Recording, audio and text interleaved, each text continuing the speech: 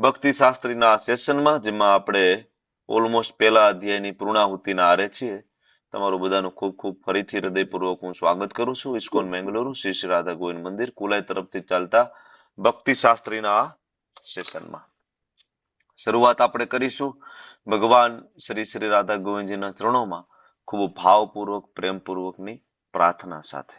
ચાલો તમે બધા મારી સાથે જોડાઈ જાઓ, તમારું માઇક બંધ કરીને આપણે ગુરુ મહારાજને પ્રાર્થના કરીએ, શ્રી પ્રભુપાદજીને પ્રાર્થના કરીએ, પરંપરાને પ્રાર્થના કરીએ અને ભગવાનને પ્રાર્થના કરીએ શ્રી શ્રી રાધા ગોવિંદજીને. ઓમ અજ્ઞાનતિમિરાંધસ્ય જ્ઞાનાંજન શલાકયા ચક્ષુરુન્મિલિતમ યેન તસ્मै શ્રી ગુરુવે નમઃ. નમો વિષ્ણુપાદાય કૃષ્ણપૃષ્ઠાય ભૂતલે શ્રીમતે ભક્તિવેદાંત સ્વામિનિતિ નામિને. નમસ્તે સારસ્વતે દેવે ગૌરવાણી પ્રચારિણે નિર્વિશેષ શૂન્યવાદી પાશ્ચાત્યાદેશતારિણે. શ્રી ચૈતન્ય મનોભીષ્ટમ સ્થાપિતમ યેન ભૂતલે સ્વયં રૂપ કદા મહ્યમ દદાતિ સ્વપદાન્તિકમ.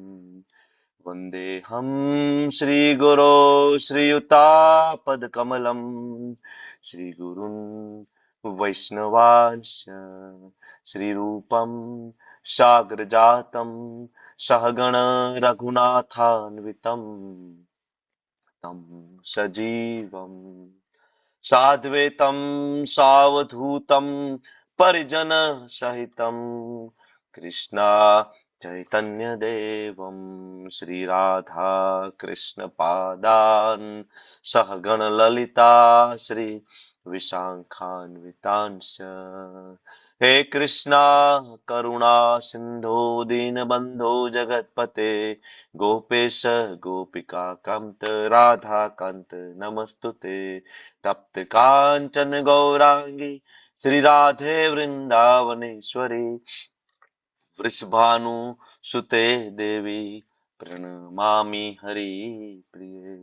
वाञ्छा कल्पतरुभ्यश्च कृपा सिन्धुभ्य एव च पतितानां पावनेभ्यो वैष्णवेभ्यो नमो नमो विष्णुपादाय कृष्णपृष्ठाय भूतले श्रीमते भक्तिवेदांत स्वामिनिति नामिने. नमस्ते सारस्वते देवे गौरवाणी प्रचारिणे निर्विशेष शून्यवादी पाश्चात्यादेशतारिणे. जय श्री कृष्ण चैतन्य प्रभु नित्यानंद श्री अद्वैत गदाधर श्रीवासादि गौर भक्त वृंद.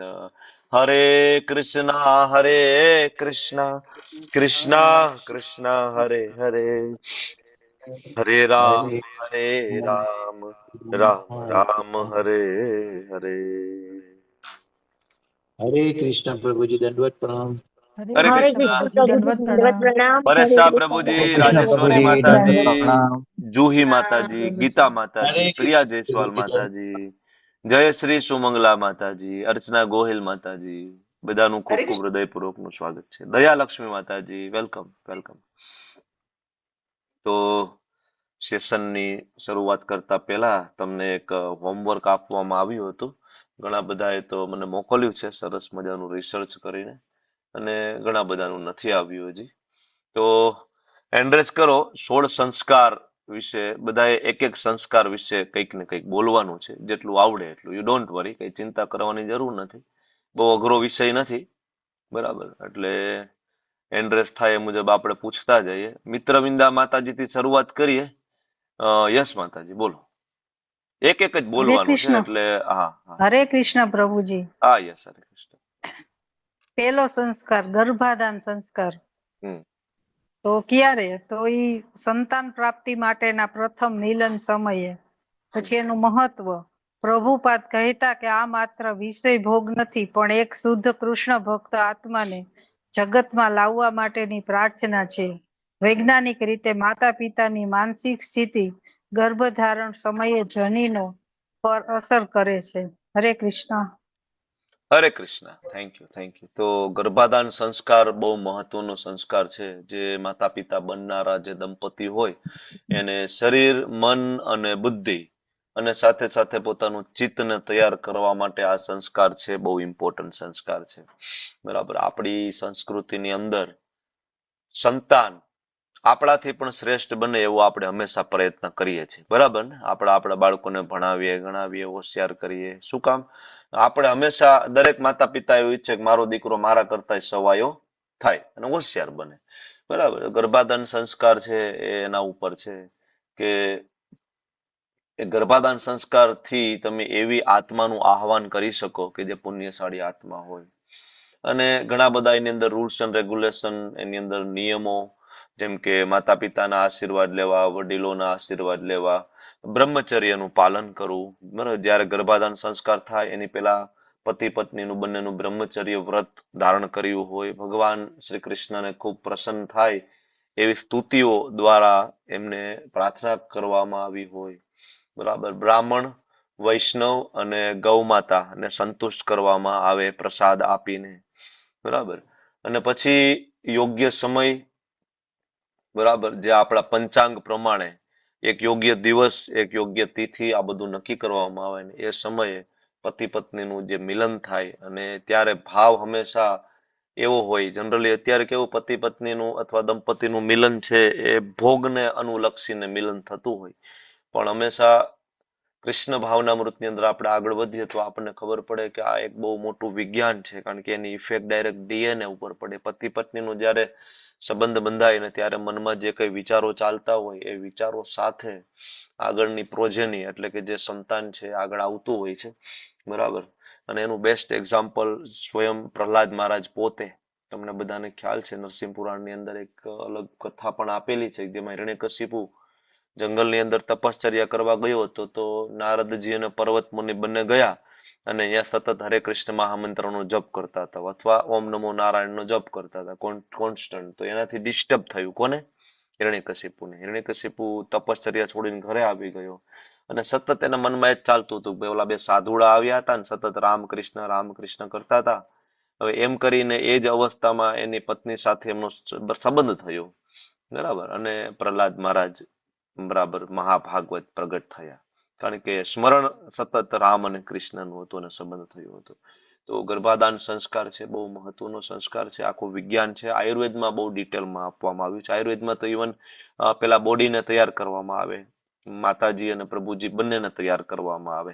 બરાબર. ઘણા બધા સમય પહેલા તૈયાર કરવામાં આવે અને ઘણી બધી મેડિસિન્સ આપવામાં આવે, એનીમાં અલગ અલગ પ્રકારના આપવામાં આવે, બસ્તી આપવામાં આવે. બરાબર. ડાયટ એક ફિક્સ કરવામાં આવે, એ પ્રમાણનું ડાયટ લેવામાં આવે. આ બધું થયા પછી એક બોડી બરાબર એ ફિક્સ થાય પ્રોપર, ત્યારે પછી એમાં ગર્ભાધાન કરવામાં આવે. કારણ કે જો ભાઈ તમારે છોડને વાવવો હોય તો તમારે કુંડું પેલા સાફ કરવું પડે. આપણે ઘરે લઈ આવીએ છીએ ને બજારમાંથી છોડ લઈ આવીએ તો આપણે શું કરીએ, કુંડું હોય માટીનું કુંડું એને ધોઈ નાખીએ, સાફ કરી નાખીએ, ચોખ્ખું કરી નાખીએ, સરસ મજાની માટી આપણે ગોતી આવીએ, પછી એમાં છોડને વાવીએ. બરાબર ને? કુંડું ધારો કે અંદર ફંગસ થઈ ગયેલું હોય તો કુંડું ગંદુ હોય તો તમે છોડ વાવો તો એનો વિકાસ ના થાય. બરાબર ને? સેમ. એટલે બોડીને પ્રિપેર કરવામાં આવે. જે લોકો અહીં ડોક્ટર છે એને બધાને થોડો ખ્યાલ આવતો હશે મારા કહેવાનો મતલબ છે. બરાબર. ગર્ભાશયને એ મુજબનું બરાબર તૈયાર કરવું પડે. બરાબર. પુરુષની અંદર જે શુક્રાણુ હોય એને તૈયાર કરવા પડે. મેચ્યોર શુક્રાણુ હોય તો બેબી છે એ પ્રોપર બરાબર જન્મે, નહીતર એની અંદર ખોડખાપણ હોવાની ચાન્સીસ બહુ વધારે પડતા રહે છે. તો આ પેલો ગર્ભાધાન સંસ્કાર. યસ, નેક્સ્ટ રાજેશ્વરી માતાજી, બીજો સંસ્કાર વિશે બોલો તમે થોડું. હરે કૃષ્ણ પ્રભુજી. હરે બીજો કૃષ્ણ. સંસ્કાર પુંસવન સંસ્કાર. પુંસવન. યસ. તેનું વૈદિક મહત્વ. આ સંસ્કાર માતા ગર્ભધારણ કરવા સંસ્કાર કરે ત્યારબાદ 2-3 માસે કરવામાં આવે છે. આ સંસ્કાર માતાના ગર્ભમાં રહેલ બાળકના સારા વિકાસ માટે મંત્રોચ્ચાર વિધિથી કરવામાં આવે છે. તેનું વૈજ્ઞાનિક મહત્વ છે કે આ સંસ્કારથી માતામાં એક પોઝિટિવ ઉર્જા આવે છે, જે માતાની માનસિક સ્થિતિને મજબૂત કરે છે, જે બાળકના વિકાસમાં પણ મદદ કરે છે. અને પુંસવન નું આખું આપણા ભાગવતમમાં આખું એક અધ્યાય આવે છે પ્રભુજી. એ આખું વ્રત આવે છે, એ 1 વર્ષ માટેનું છે. Okay okay, thank U E મેં માતાજી. વાંચ્યું. ઓકે, આયુર્વેદની અંદર પુંસવન સંસ્કાર છે, તમને બધાને ખ્યાલ હશે. અને પુંસવન સંસ્કારની અંદર તમારે ઈચ્છિત સંતાન તમે પ્રાપ્ત કરી શકો એ રીતના છે એકચ્યુઅલી. બરાબર, તમારે મેલ ચાઇલ્ડ જોતું હોય કે ફિમેલ ચાઇલ્ડ જોતું હોય, આયુર્વેદની અંદર બહુ ડિટેલમાં પદ્ધતિ આપેલી છે. બરાબર, જેની અંદર સવારે વહેલા 4 વાગે ઉઠી જવાનું, માતાજીએ સ્નાન કરી લેવાનું, વાળ બાંધવાના ના હોય. બરાબર, પછી જનરલી સૂર્ય જે દિશામાં ઉગે, પૂર્વ દિશામાં ઉગે ને, પૂર્વ દિશા તરફ એને જવાનું. પૂર્વ દિશાની સાઈડમાં જે વડ હોય, વડ, બરાબર, એ વડની કૂપળો લાવવાની હોય છે. તમને ખબર છે ને, વડની કૂપળોમાં દૂધ નીકળે, મિલ્ક એક પ્રકારનું. બરાબર, એ ઘરે લાવવાનું હોય છે અને સવારમાં રોજ ફ્રેશ લાવવાનું. પછી ઘરે આવીને ઉમરા ઉપર જમણા નસકોરામાં જો ડ્રોપ્સ નાખવામાં આવે તો મેલ ચાઇલ્ડ આવે, ડાબા નસકોરામાં ડ્રોપ્સ નાખવામાં આવે તો ફિમેલ ચાઇલ્ડ આવે. એકચ્યુઅલી એનું વર્ક છે ડીએનએ. તમને બધાને ખ્યાલ હશે મેડિકલ સાયન્સની અંદર XX અને XY એ રીતના ડીએનએ આપણું જનરેટ થાય. માતાની અંદર XX હોય અને પિતાની અંદર XY હોય, એનું મિલન થાય તો પછી XXX બને છે તો ફિમેલ આવે ને XXY આવે તો મેલ આવે, પુરુષ સંતાન આવે.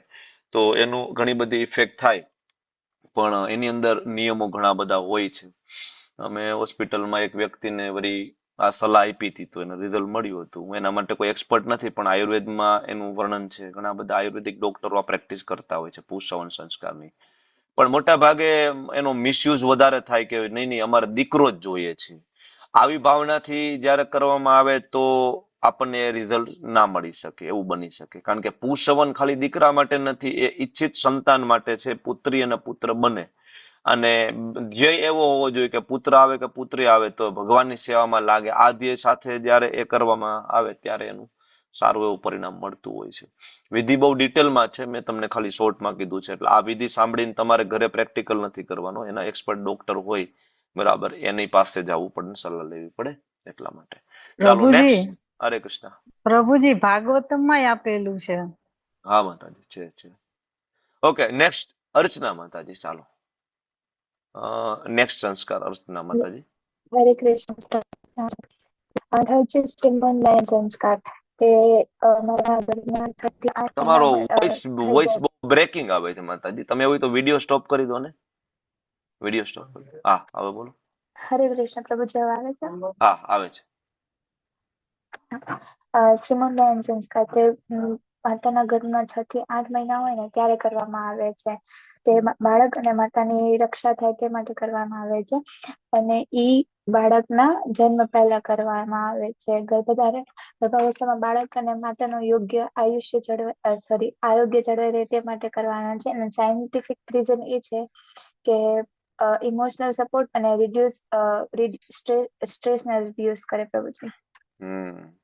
બરાબર છે માતાજી, હરે થેન્ક યુ. કૃષ્ણ પ્રભુજી. Thank you. શ્રીમંતો નયન એટલે આપણે સાદી ભાષામાં શ્રીમત કહીએ ને. ઘણા બધા ફેમિલીઝમાં અત્યારે પણ શ્રીમતનો પ્રસંગ આવે છે ને 6થા 7મા મહિને, બરાબર. એકચ્યુઅલી એ છે.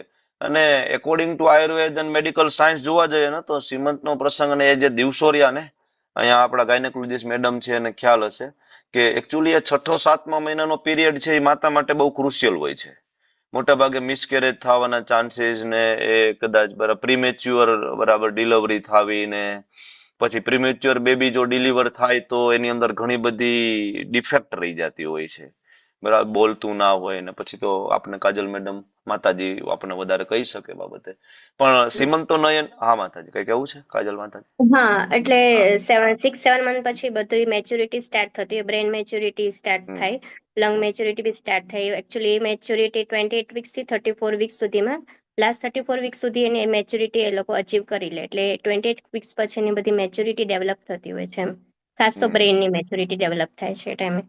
યસ, એટલે આયુર્વેદ એવું કહે છે કે એ સમયે સીમંતો એટલે આ જે બે ફોન્ટેનેલ્સ હોય ને ઉપરના, બરાબર, ઈ કમ્પ્લીટલી ધીમે ધીમે પેક થતા હોય ઉપરના, જે બરાબર બે હાડકા છે જોડાતા હોય અને વચ્ચે એની એક રેખા બનતી હોય. પછી એન્ટેરિયર ફોન્ટેનેલ્સ ને પોસ્ટેરિયર બે થોડા સમય માટે ઓપન રહેતા હોય, બરાબર, સોફ્ટ ભાગ હોય, બરાબર, પોચો પોચો ભાગ. તમે કહે ને આપણે તાળવું કહેતા હોય બાળકનું પોચું પોચું હોય, એટલો ભાગ ખુલ્લો રહે, બાકીના હાડકા છે ચોટી જાય. એટલે એ સમયે આ કરવામાં આવે જેથી બાળકનું રક્ષણ થાય અને માતાનું રક્ષણ થાય. એની અંદર મેઇન વસ્તુ છે ભગવાનને ખૂબ પ્રાર્થના કરવામાં આવે બાળકના રક્ષણ માટે, ખૂબ પ્રાર્થના કરવામાં આવે. ડાયટનું ખૂબ પાલન કરવામાં આવતું હોય છે. અને એ મુજબની ઔષધિઓ આ બધું લેવામાં આવતું હોય છે. યસ, નેક્સ્ટ સંસ્કાર જુહી માતાજી. જુહી માતાજી, અનમ્યુટ યોરસેલ્ફ પ્લીઝ. એક માઇક મિનિટ ચાલુ કરો. હા, હા યસ યસ, બોલો બોલો. એના પછીનો હા ચોથો એક સંસ્કાર. ચોથો જાત કર્મ સંસ્કાર જાત જાત કે કર્મ. હા. જાત કર્મ કે બાળકની જન્મતાની સાથે હોય છે, જેમાં છે ને મધ વિધિ ઘીનો સ્પર્શ કરવામાં આવે છે, હમ, કાનમાં મંત્ર બોલવામાં આવે છે, હમ. આત્માના આગમનનું સ્વાગત કરવામાં આવે છે, અને નવજાતની તાત્કાલિક કાળજી એટલે કે બ્રેસ્ટ ફીડિંગ કરવાનું હોય વિધિ બનાવવામાં આટલું ઓકે, ખબર છે. Thank you thank you. મતલબ જાત કર્મ એટલે શિશુના મુખમાં પ્રથમ વખત ગાયનું ઘી અને મધ મૂકવામાં આવે. પણ એકોર્ડિંગ ટુ કૃષ્ણ કોન્શિયસનેસ જોવો તો ભગવાનનું ચરણામૃત આપવામાં આવે, અથવા તો એ જ સેમ વસ્તુ ભગવાનને ઓફર કરીને એના મુખમાં મૂકવામાં આવે. અને એકચ્યુઅલી આ જે કરવામાં આવે ને એ એની માતાથી જુદા થયા પહેલા કરવામાં આવે. મતલબ એનું નાભી નાળના છેદન થયા પહેલા. બાળકનો જન્મ થાય ત્યારે માં સાથે જોડાયેલો હોય, ખબર છે ને તમને લોકોને, નાળથી જોડાયેલો હોય છે, બરાબર. બાળકની જે નાભી, બરાબર, ત્યાંથી એક ખબર કોડ જેવું સ્ટ્રક્ચર છે એ માં સાથે જોડાયેલું હોય. એ કોડ કટ કર્યા પહેલા એકચ્યુઅલી આ કરવાનું હોય છે, બરાબર. આ જે જાત કર્મ જે સંસ્કાર જે છે, અથવા બરાબર એને આપણે દેશી ભાષામાં એને ગળથુથી તરીકે ઓળખીએ છીએ. ગળથુથી, ભાઈ કોને ગળથુથી પીવડાવી છે, આપણે કહેતા હોય ને તું કોના જેવો થયો છો એમ. એટલે પહેલી વખત જે મોઢામાં મૂકે એવું લોકો માને કે એના જેવો થાય. હકીકત એવું હોતું નથી, બરાબર. પણ પહેલી વખત શું પીવડાવ્યું છે એનાથી જરૂરથી એના સંસ્કારો ડેવલપ થતા હોય છે, બરાબર. અને આને મેઘાજનન સંસ્કાર તરીકે પણ ઓળખવામાં આવે છે, કારણ કે ફર્સ્ટ ટાઈમ જ્યારે તમે કંઈક આપો છો ને તો એની બ્રેન ઉપર બહુ જબરી ઇફેક્ટ થતી હોય છે, બરાબર. કારણ કે ફર્સ્ટ ટાઈમે બોડી આ પ્રકૃતિની અંદર આવીને વસ્તુ એક્સેપ્ટ કરે છે, તો એની બ્રેન ઉપર અને યાદશક્તિ ઉપર ઘણી બધી ઇફેક્ટ થતી હોય છે. તો ગાયનું ઘી, મધ, ભગવાનનું ચરણામૃત, ભગવાનને ઓફર કરેલું, એની સાથે ઘણી બધી ઔષધિ હોય, ઘણા બધા આયુર્વેદિક ડોક્ટરો મિક્સ કરીને આપતા હોય છે, બરાબર. તો દેટ ઇઝ જાત કર્મ. ઓકે, નેક્સ્ટ હર્ષા ગેલાણી માતાજી. ઘણા બધાએ મને બહુ ડિટેલમાં આપ્યું છે, લખીને સુંદર આપ્યું છે. આ તો આપણે એટલું શોર્ટમાં લઈએ, આ actually out of syllabus subject છે, પણ થોડું આપણે જાણવું તો એટલા માટે. હર્ષા માતાજી, બોલો ને. હરે કૃષ્ણ. નામકરણ સંસ્કાર હા. એટલે ઈ જે નવા બાળક જન્મ્યું હોય એને છઠ્ઠે દિવસે અથવા તો 11મે દિવસે કે વિધિ લેખ લખવા આવે છે ને એ દિવસે ઘરના પણ જે પણ હોય એ લોકો એનું નામ પાડે. તો જનરલી નામ કોઈ કાં તો એમના ગ્રહ નક્ષત્ર ને હિસાબે જે પ્રમાણે કે એ પ્રમાણે પાડતા હોય, પણ સાથે એના ઉપરથી જો ભગવાનના નામ પરથી તમે નામ પાડો તો તમે એટલી વખત એનામાં એવા ગુણ પણ આવે, કારણ કે સતત તમે એનું નામ આપતા હો તો એ બ્રેનમાં એ લોકોને અસર મીન્સ આવતું હોય કે હું આ છું, તો એનામાં સંસ્કાર પણ આવતો હોય. ને એટલી વાર માતા પિતા કે જે લોકો બોલાવતા હોય એટલી વાર ભગવાનનું નામ પણ એટલી વાર લેતા જતા હોય. એટલે એ નામકરણ એ રીતે રાખવાનું. Okay, Hare Krishna, thank you.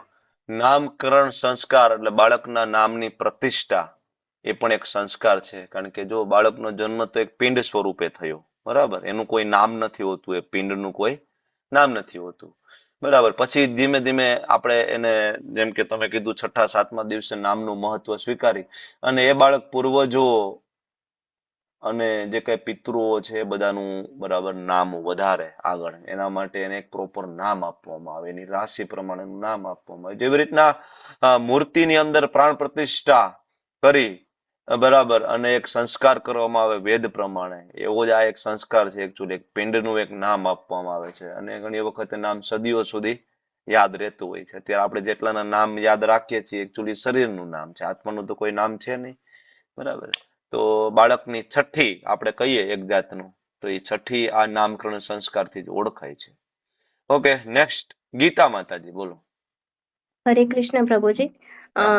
મારે એકચ્યુઅલી એડ કરવું છે. મેં જે સાંભળ્યું હતું ને ઇસ્કોન પેલા પ્રભુજી જોડેથી, એમને એકચ્યુઅલી છે ને નામકરણ 10 થી 12 દિવસમાં કરવાનું કીધું છે, કેમ કે ત્યાં સુધી સૂતક હોય છે અને કોઈ બી નામકરણ સંસ્કાર બ્રાહ્મણ વગર શક્ય જ નથી. તો એમ કે એમ પૂજા ના થાય એમ, તો આઈડિયલી નામકરણ સૂતક પછી કરીએ તો વધારે સારું એવું મેં ઓકે, એટલે એને ઇસ્કોનના કન્સેપ્ટ થી સમજાવ્યું છે આપણને. હા, આપણે હા. આમ જનરલી વ્યાસ સ્મૃતિમાં જોઈએ ને તો એમાં તો છઠ્ઠા દિવસે લખેલું છે. એમાં એટલે છઠ્ઠા દિવસે હા, છે. એટલે એમાં જનરલાઇઝ પબ્લિક માટે છે.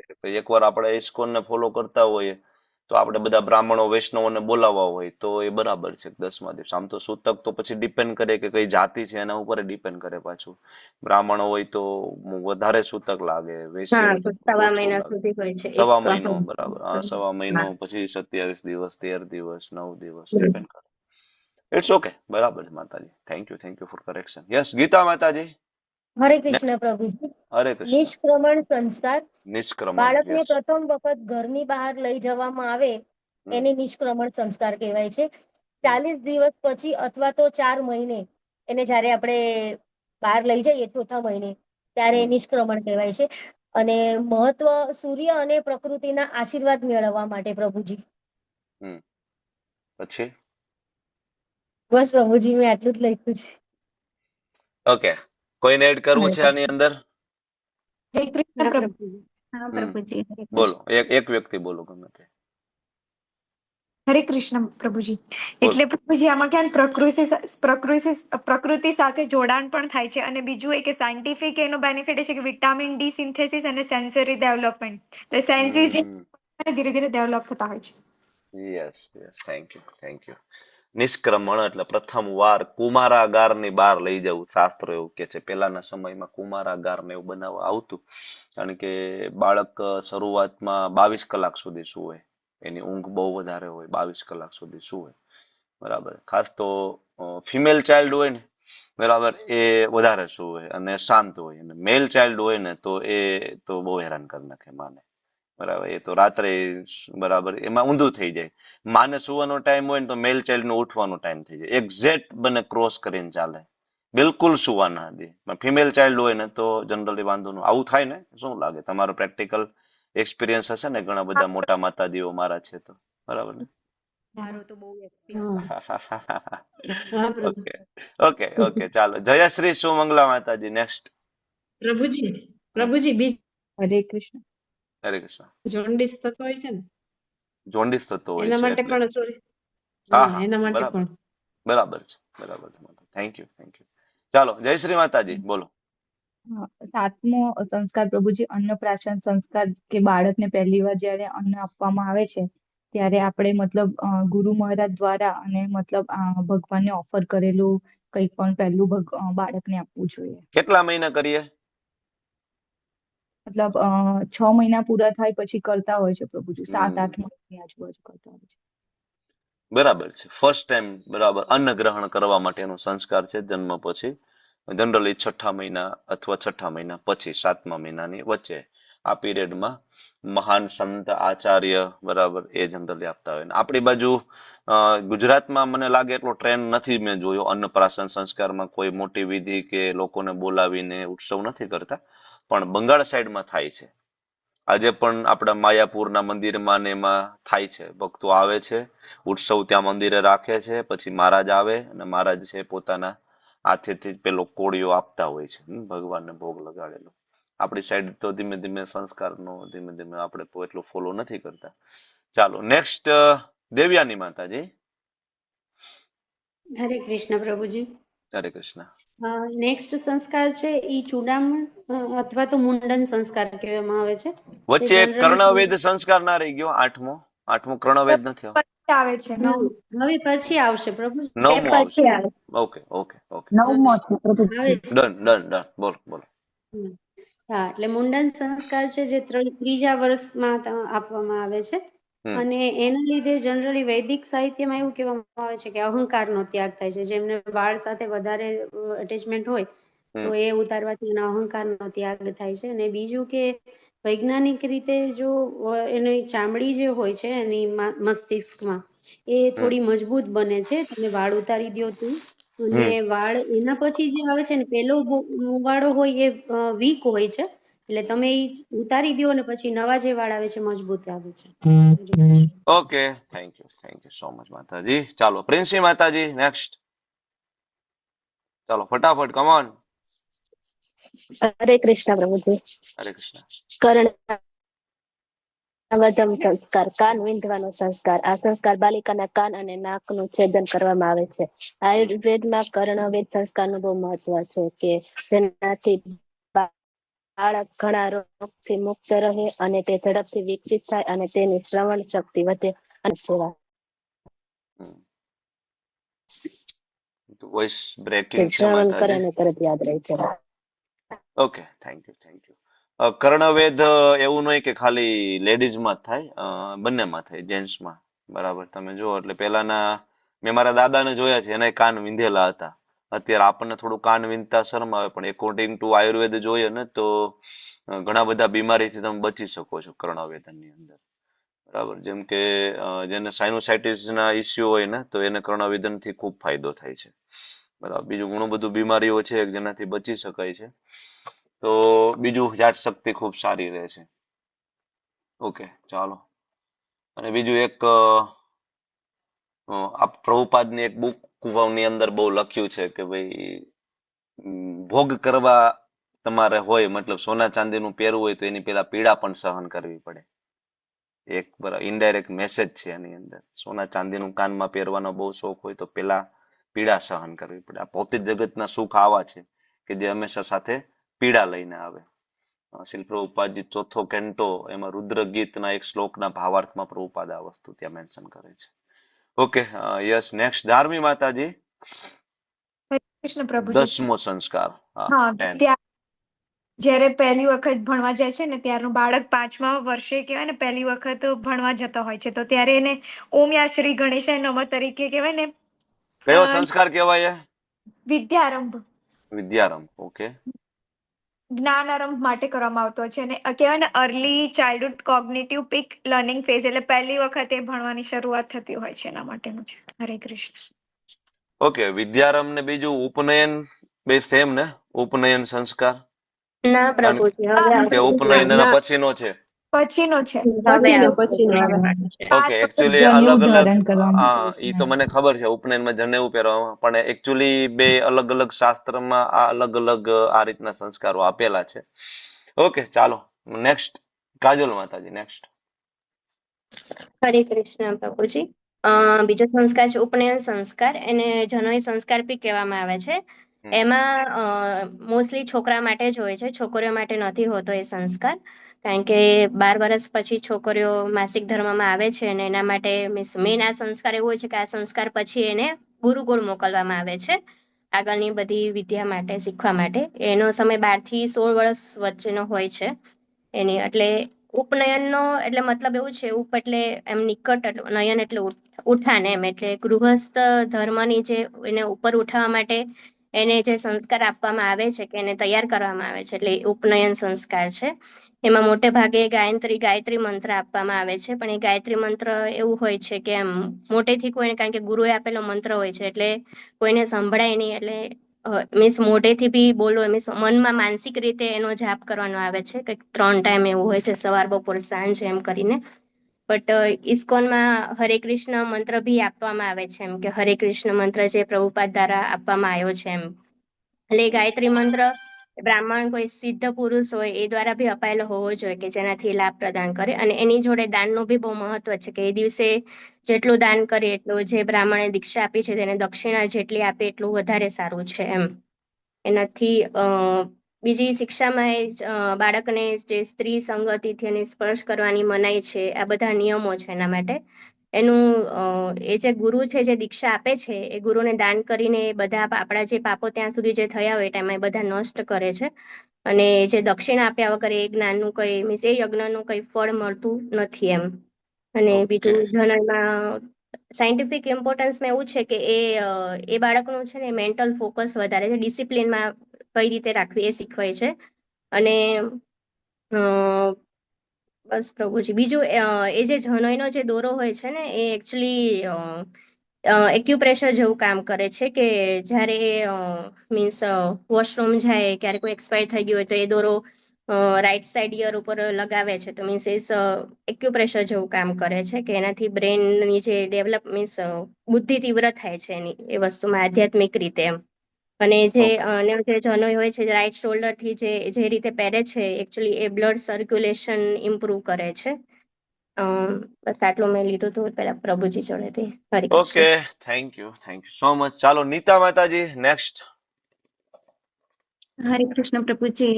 વેદારંભ સંસ્કાર 12મું.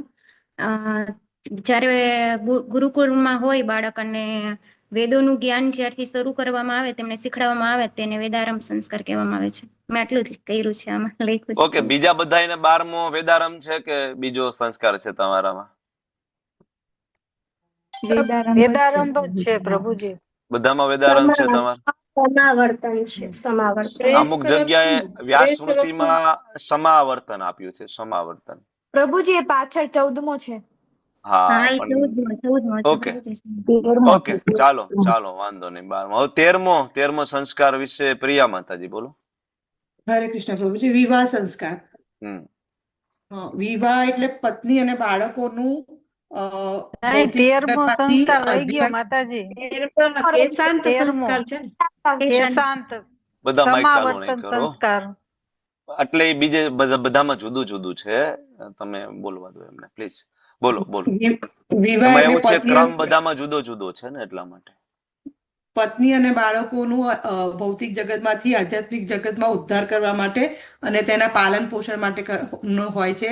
અને આ સંસ્કારના પ્રભાવથી મનુષ્ય વિવાહિત જીવનને જાણી શકે છે કે એનો ઉદ્દેશ્ય શું છે, અને તે પોતાની પત્ની અને બાળકોને અજ્ઞાનથી ઉદ્ધાર કરે છે. અને આમાં કન્યાદાન, પાણી ગ્રહણ, અસ્માકરણ, સપ્તપદી જેવી અનેક વિધિનો સમાવેશ થાય છે. આટલું ખબર છે પ્રભુજી. ઓકે, હવે અમુક જગ્યાએ 13મો છે ને સમાવર્તન સંસ્કાર પણ આપ્યો છે, જેને દીક્ષાંત તરીકે પણ ઓળખવામાં આવે છે. બરાબર. ગુરુજીના આશ્રયથી ફરીથી સ્વગૃહે જ્યારે જાય બાળક, તો એની મતલબ કહેવાય કે એની સ્ટડી પૂરું થઈ ગયું, તો એને દીક્ષાંત તરીકે ઓળખવામાં આવે છે, જેને ફેરવેલ સ્ટડી તરીકે કહીએ છીએ. અને અત્યારે ઇંગ્લિશમાં એને આપણે ગુજરાતીમાં પદવીદાન સમારંભ આપણે કહીએ છીએ. બરાબર. એ દીક્ષાંત તરીકે ઓળખાય, સમાવર્તન તરીકે ઓળખાય, ને ઘણા બધા અલગ અલગ નામ છે.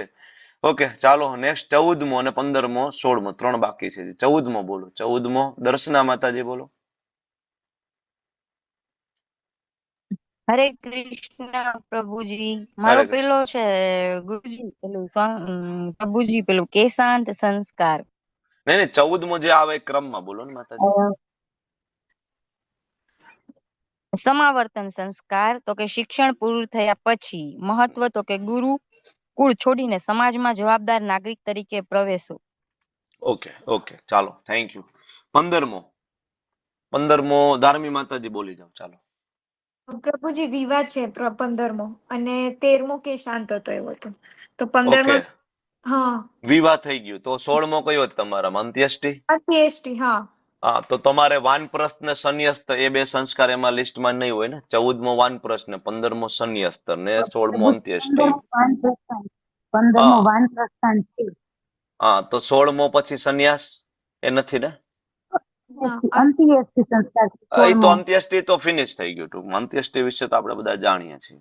ઓકે, ચાલો, ખૂબ ખૂબ ધન્યવાદ. તમે બધાએ ખૂબ ઈગરલી ખૂબ સરસ હોમવર્ક કરીને તમે આપ્યું છે, અને ઘણા બધા સરસ મજાનું અત્યારે બોલ્યા પણ છે. Thank you. આપણો મૂળ મુદ્દો એટલો હતો કે આપણને થોડું બેઝિક સંસ્કારો વિશેનું નોલેજ હોવું જોઈએ. આપણે બરાબર ઉપાડની પુસ્તકો વાંચીએ છીએ તો આપણને બેઝિક નોલેજ હોવું જોઈએ, જેથી આપણને કોઈ પૂછે તો એવું ના બને કે આપણે કઈ ખબર નથી. બરાબર. કયા શ્લોક સુધી આપણે ચર્ચા પૂરી કરી છે લેસન 2 માં? 32 થી 39. 32 થી 39. એટલે હું સીધો ત્યાં જ જઉં છું. બરાબર. તો 39 એટલે આ છેલ્લો શ્લોક લીધો હતો. બરાબર છે ને? તમારી સામે સ્લાઇડ. આ શ્લોક થઈ ગયો છે. બરાબર ને? કારણ કે 39 થી 43 આ પરંપરાનો નાશ વિશે અર્જુન ભગવાનને કહે છે, પ્રભુ બધી પરંપરા નાશ નહીં થઈ જાય. આપણે પેલા અધ્યાયની ચર્ચા કરી રહ્યા છીએ. પેલા અધ્યાયમાં અર્જુન યુદ્ધ ના કરવાના 4 કારણો ભગવાનની સામે મૂકે છે. પેલું કારણ કયું છે? પેલું કારણ બોલો. કરુણા. બીજું કારણ કયું છે?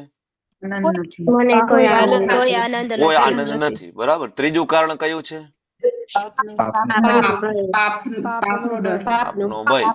પાપનો ભય. બરાબર ને? ચોથું પરંપરાનો નાશ. અને બીજા અધ્યાયમાં 5મું કારણ અનિર્ણયતા આવશે. તો ચોથું કારણ જે છે એને આપણે અત્યારે એડ્રેસ કરી રહ્યા છીએ. અને અર્જુન ભગવાને કહે છે કુલક્ષયે પ્રણશ્યંતિ કુલ ધર્મા સનાતન ધર્મે નષ્ટે કુલમ કૃષ્ણમ અધર્મો અભિભવત્યુત. બરાબર, આખું કુટુંબ પ્રભુ ભગવાનને કહે છે અર્જુન કે આખી કુળ પરંપરા નષ્ટ થઈ જાય અને બાકીના જે વધશે તો બધા કમ્પ્લીટલી અધર્મની અંદર સપડાઈ જવાના. બરાબર, આપણા કારણે આ બધા લોકો મરી જશે. અને સરસ મજાનો શ્રી પ્રભુપાદજીનો ત્યાં ભાવાર્થ હતો. બરાબર, એમાં પ્રભુપાદ કહેતા હતા કે ઉત્તમ પ્રજા એનું જે મૂળ એ સ્ત્રીના સતીત્વ ઉપર નિર્ભર થાય. આજકાલે સ્ત્રીઓને વધારે પડતી ફ્રીડમ તો ના કહેવાય, આમ તો ખરેખર ઘરમાં એ વધારે ફ્રીડમ કહેવાય. બહાર તો ઉલટાનું ફ્રીડમના નામે લોકો બરાબર દુરુપયોગ કરવા સિવાય બીજું કઈ નથી જોવા મળતું. અને જે ફ્રીડમનો ઝંડો લઈને ફરે છે એ બધા એટલા માટે જ ફરે છે. આપણે આગળ આ વિષય ઉપર ચર્ચા કરવાના છે એટલે અત્યારે અહીં ચર્ચા હું નથી કરતો. તો ત્યાં પ્રભુપાદ બહુ ક્લિયરલી આપને તાત્પર્યમાં કહે છે કે ભાઈ ઉત્તમ ક્યારે સંતાન પ્રાપ્ત થાય, જ્યારે સ્ત્રીનું સતીત્વ હોય ત્યારે. બાકી બહુ ડિફિકલ્ટ છે. એટલે આજકાલ આ એ પાસું છે. ભલે આમની અંદર બરાબર એવું નથી કે હોય જ બધી જગ્યાએ, પણ જોવા મળે છે. આગળ હવે અર્જુન કહે છે 40મા શ્લોકમાં, હે કૃષ્ણ, જ્યારે કુળમાં અધર્મનું પ્રાધાન્ય થાય છે, અધર્મ અભિભવાત કૃષ્ણ પ્રદુષ્યંતિ કુલ સ્ત્રિયઃ સ્ત્રીષુ દૃષ્ટાશુ વાર્ષ્ણેય જાયતે વર્ણશંકર. અર્જુન ભગવાનને હવે કહે છે ભગવાન આ બધા વર્ણશંકર નહીં થઈ જાય તમે કહો છો તો?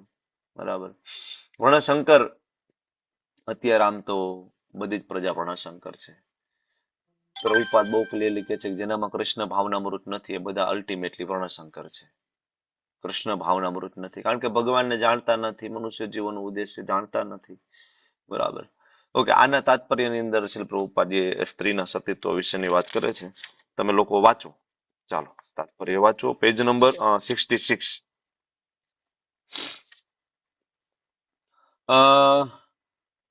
વિક્રમી પ્રભુ કઈ બોલ્યા નથી કે 16 સંસ્કારમાંથી, એટલે એમને વાંચવા આપીએ. ચાલો પ્રભુ વાંચો. સિદ્ધિ માતાજી નથી બોલ્યા એમ તો. 40 નો અનુવાદ ના પ્રભુજી. હા યસ પ્રભુ, 40 નો અનુવાદ વાંચો, ભાવાર્થ વાંચો. हाँ, भावार्थ भाई इस डिवाइन ग्रेस ऐसी भक्ति वेदांत स्वामी शिला प्रपात ની જય. જીવનમાં શાંતિ, સમૃદ્ધિ તથા આધ્યાત્મિક પ્રગતિ માટે માનવ સમાજમાં ઉત્તમ પ્રજા હોવી એ મૂળભૂત સિદ્ધાંત છે. વન આશ્રમ ધર્મના નિયમો એવી રીતે ઘડવામાં આવ્યા હતા કે રાજ્ય તથા જાતિના આધ્યાત્મિક ઉત્કર્ષ માટે સમાજમાં ઉત્તમ પ્રજા ઉત્પન્ન થાય. સમાજમાં એવી પ્રજાનો આધાર સ્ત્રીના સતીત્વ પર તથા તેની નિષ્ઠા પર રહે છે. સ્ટોપ પ્રભુ. અહીંયા સુધી જે વાત શ્રી પ્રભુપાદજી કરે છે ને સતીત્વ પર તથા એની નિષ્ઠા પર રહે છે, ત્યાં સુધી પ્રભુપાદ ઉત્તમ પ્રજા એનો મૂળભૂત સિદ્ધાંત તો સ્ત્રીનું સતીત્વ એની વાત કરે છે. હવે અહીંથી આગળ જે પ્રભુપાદ ચર્ચા કરે છે એ મારા માતાજીઓને પચાવવું થોડું અઘરું છે. ખૂબ ધ્યાનપૂર્વક વાંચવું, નહીતર ખાસ તો જે ફેમિનિઝમનો જે ઝંડો લઈને ફરી રહ્યા છો તો થોડું પ્રભુપાદના શબ્દ તમને કડવા લાગી શકે, પણ ખરેખર સમજશો તો ખબર પડશે કે પ્રભુપાદ ત્યાં શું કહેવા માંગે. હા યસ પ્રભુ વાંચો. જેવી રીતે બાળકો સહેજ રીતે ગેરમાર્ગ દોરવાઈ જવાનું વલણ ધરાવે છે, તેવી જ રીતે સ્ત્રીઓ પણ પતિના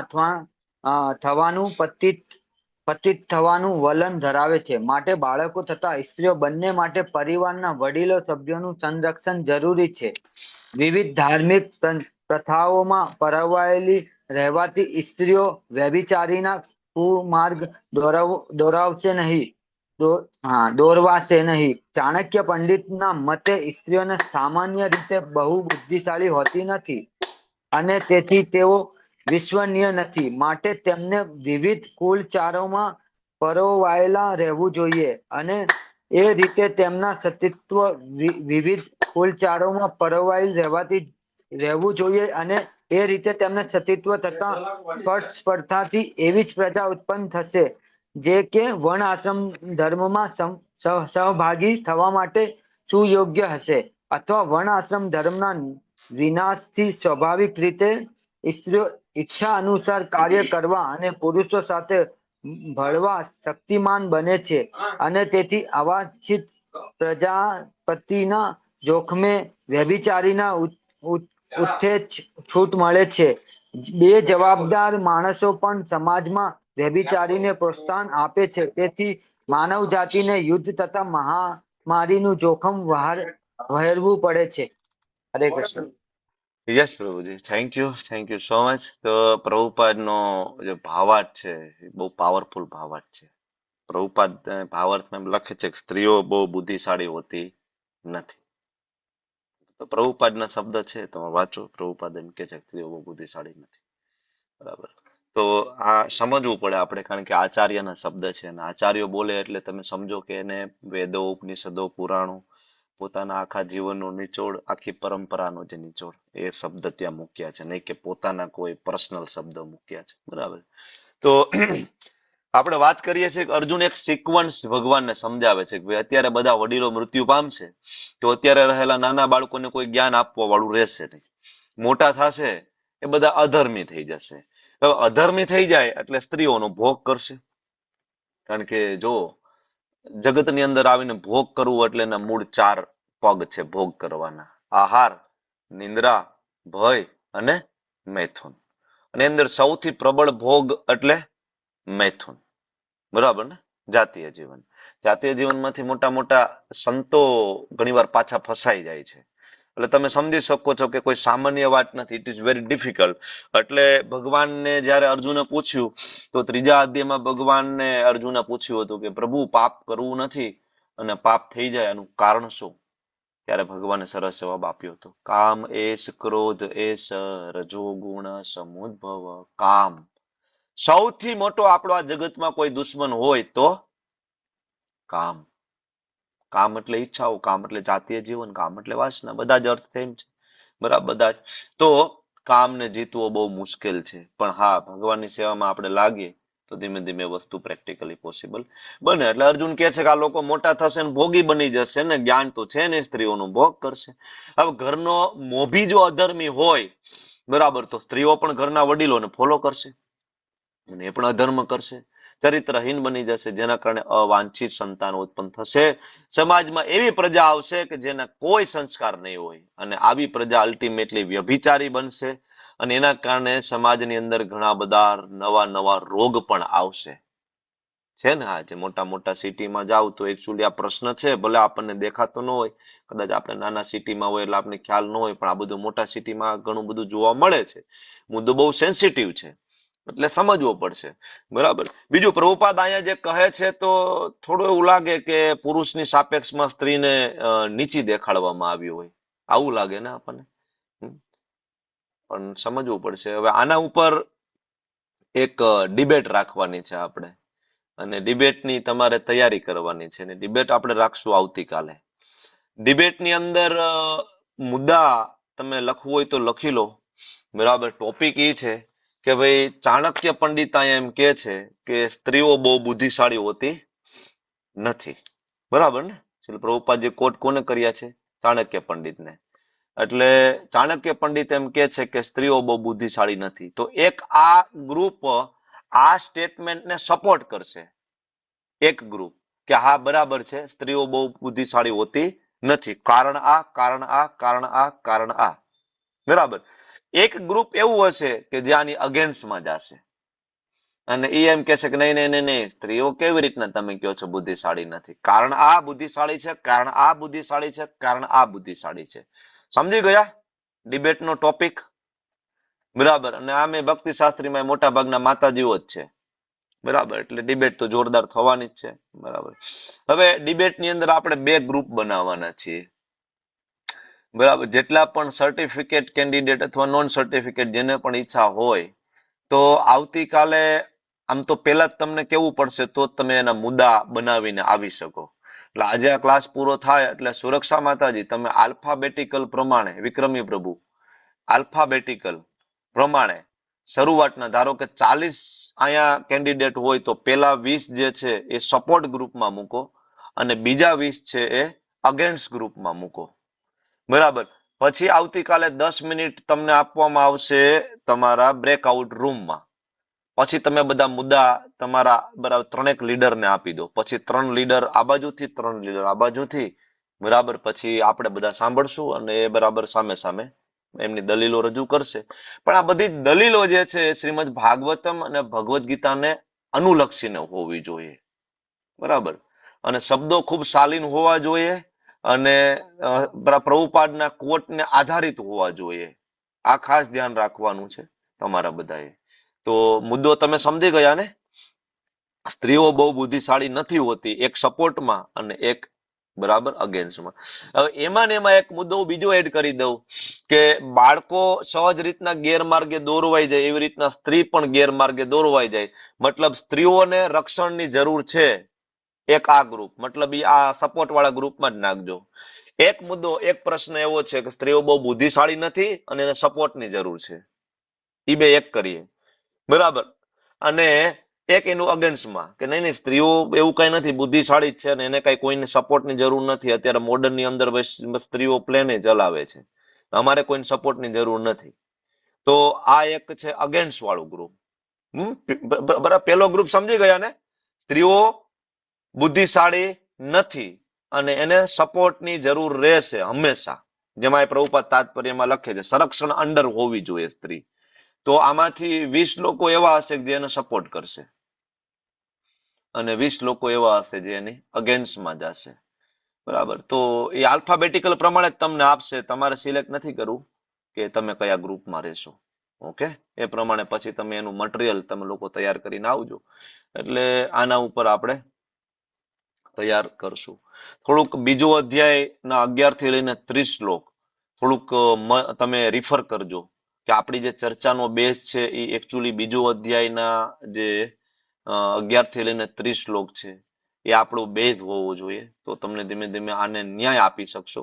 નહીતર તમે આને બહુ ન્યાય નહીં આપી શકો કે શું કામ અહીંયા પ્રભુપાદ આવી રીતના વાત કરે છે. ઓકે, આગળ પ્રભુપાદ કહે છે જેમ બાળકોની ગેરમાર્ગે દોરવાની સંભાવના ખૂબ વધારે હોય તેવી રીતના સ્ત્રીઓની પણ અધોગતિ થવાની સંભાવના ખૂબ વધારે હોય.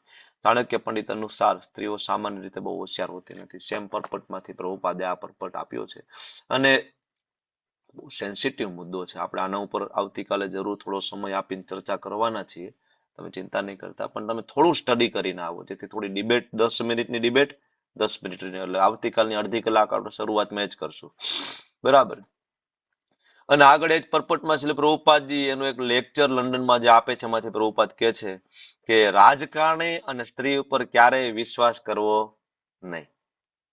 અઘરું છે ને થોડાક આ સ્ટેટમેન્ટ બધા, એવું લાગે ને, પણ અહીંયા લખ્યું છે. ચાણક્ય પંડિત એમ કહે છે કે ભાઈ રાજકારણી અને સ્ત્રી ઉપર ક્યારેય વિશ્વાસ નહીં કરવાનો. અલબત્ત જયારે સ્ત્રી કૃષ્ણ ભાવનામૃતમાં આવે ત્યારે તે સ્થિતિ અલગ હોય છે. હવે આ મુદ્દો બરાબર સમજજો કે આ કોના માટે વાત થઈ રહી છે અને કઈ સ્ત્રીઓ માટેની વાત થઈ રહી છે. થોડું સમજવાની કોશિશ કરજો આ બધા સ્ટેટમેન્ટ તમે. બરાબર.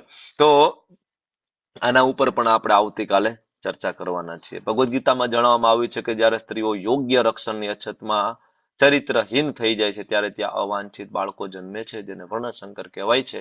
પવિત્ર સ્ત્રીનું અપમાન કરવાનો અર્થ જીવનના સમયગાળામાં આપતી લાવવાનો છે. આવું પ્રેક્ટિકલી તમે જોશો તમને દેખાશે સમાજની અંદર. બરાબર.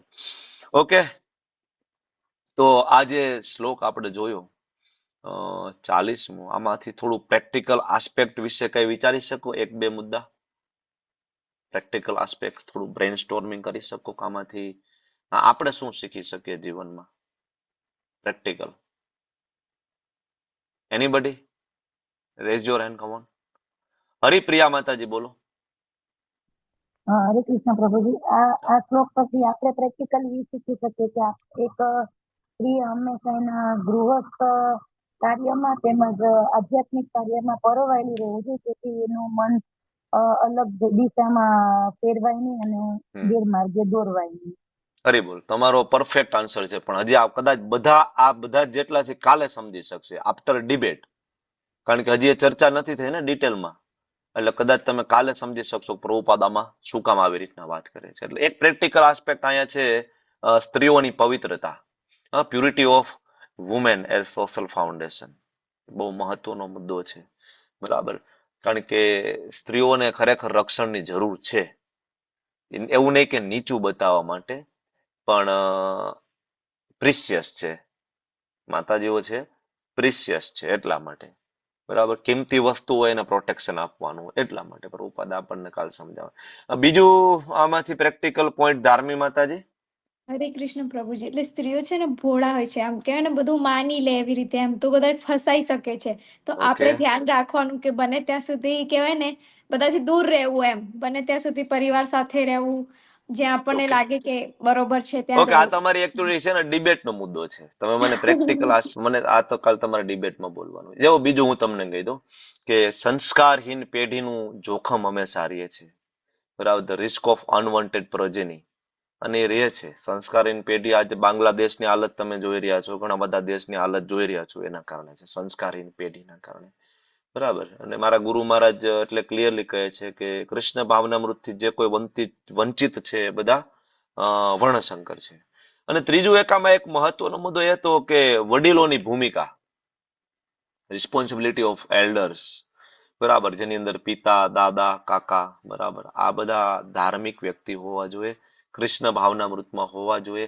પરિવારે માત્ર પૈસા પૈસા પૈસા પૈસા પાછળ ના દોડવું જોઈએ, ખાસ તો ઘરના વડીલોએ થોડું બાળકોને સમય આપવો જોઈએ, થોડું અડધી કલાક બાજુમાં બેસાડીને ભગવદ્ ગીતા વિશે થોડી ચર્ચા કરીએ. બરાબર, એને થોડું મૃદંગ શીખડાવીએ, કરતાલ શીખડાવીએ.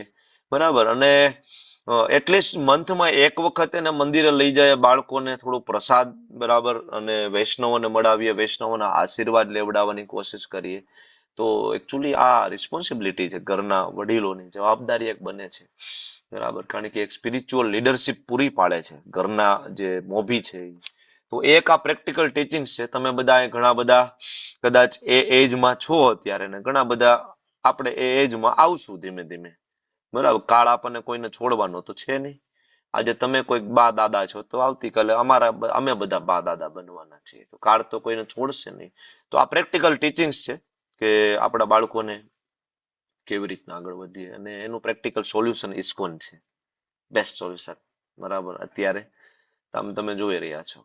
ઓકે, ચાલો આગળના શ્લોક તરફ આપણે આગળ વધીએ. 41માં શ્લોકમાં Arjun, actually Arjun is crying ભગવાનની સામે. અર્જુન એકચ્યુઅલી બહુ ચિંતિત છે, બધા માટે ચિંતા થાય છે અર્જુનને. વૈષ્ણવ કોને કહેવાય?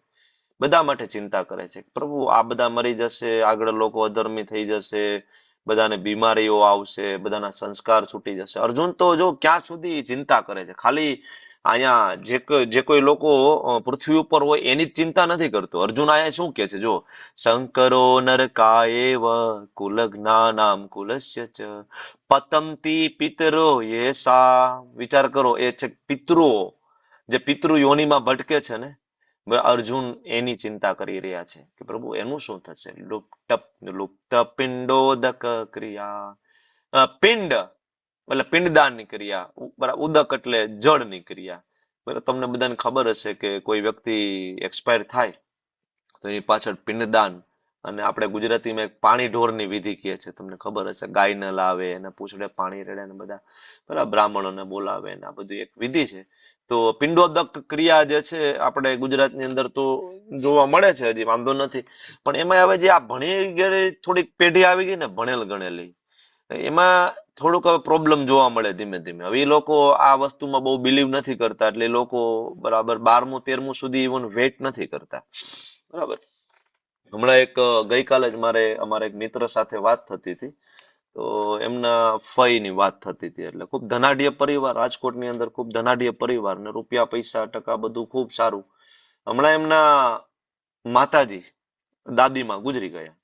દાદીમાં અને દાદા ખૂબ રૂપિયા પૈસા સંપત્તિ છોડી ગયા, નામ પ્રતિષ્ઠા, બરાબર, અને વેપારી વાણિયા પરિવાર, એટલે બિઝનેસ પાછળ છોડીને ગયા. છોકરાઓ બીજું કઈ ખાસ કરવાની જરૂર નહીં, દુકાને જઈને બેસી જાવ એટલે એની પેઢી નીકળી જાય એમને એમ જ.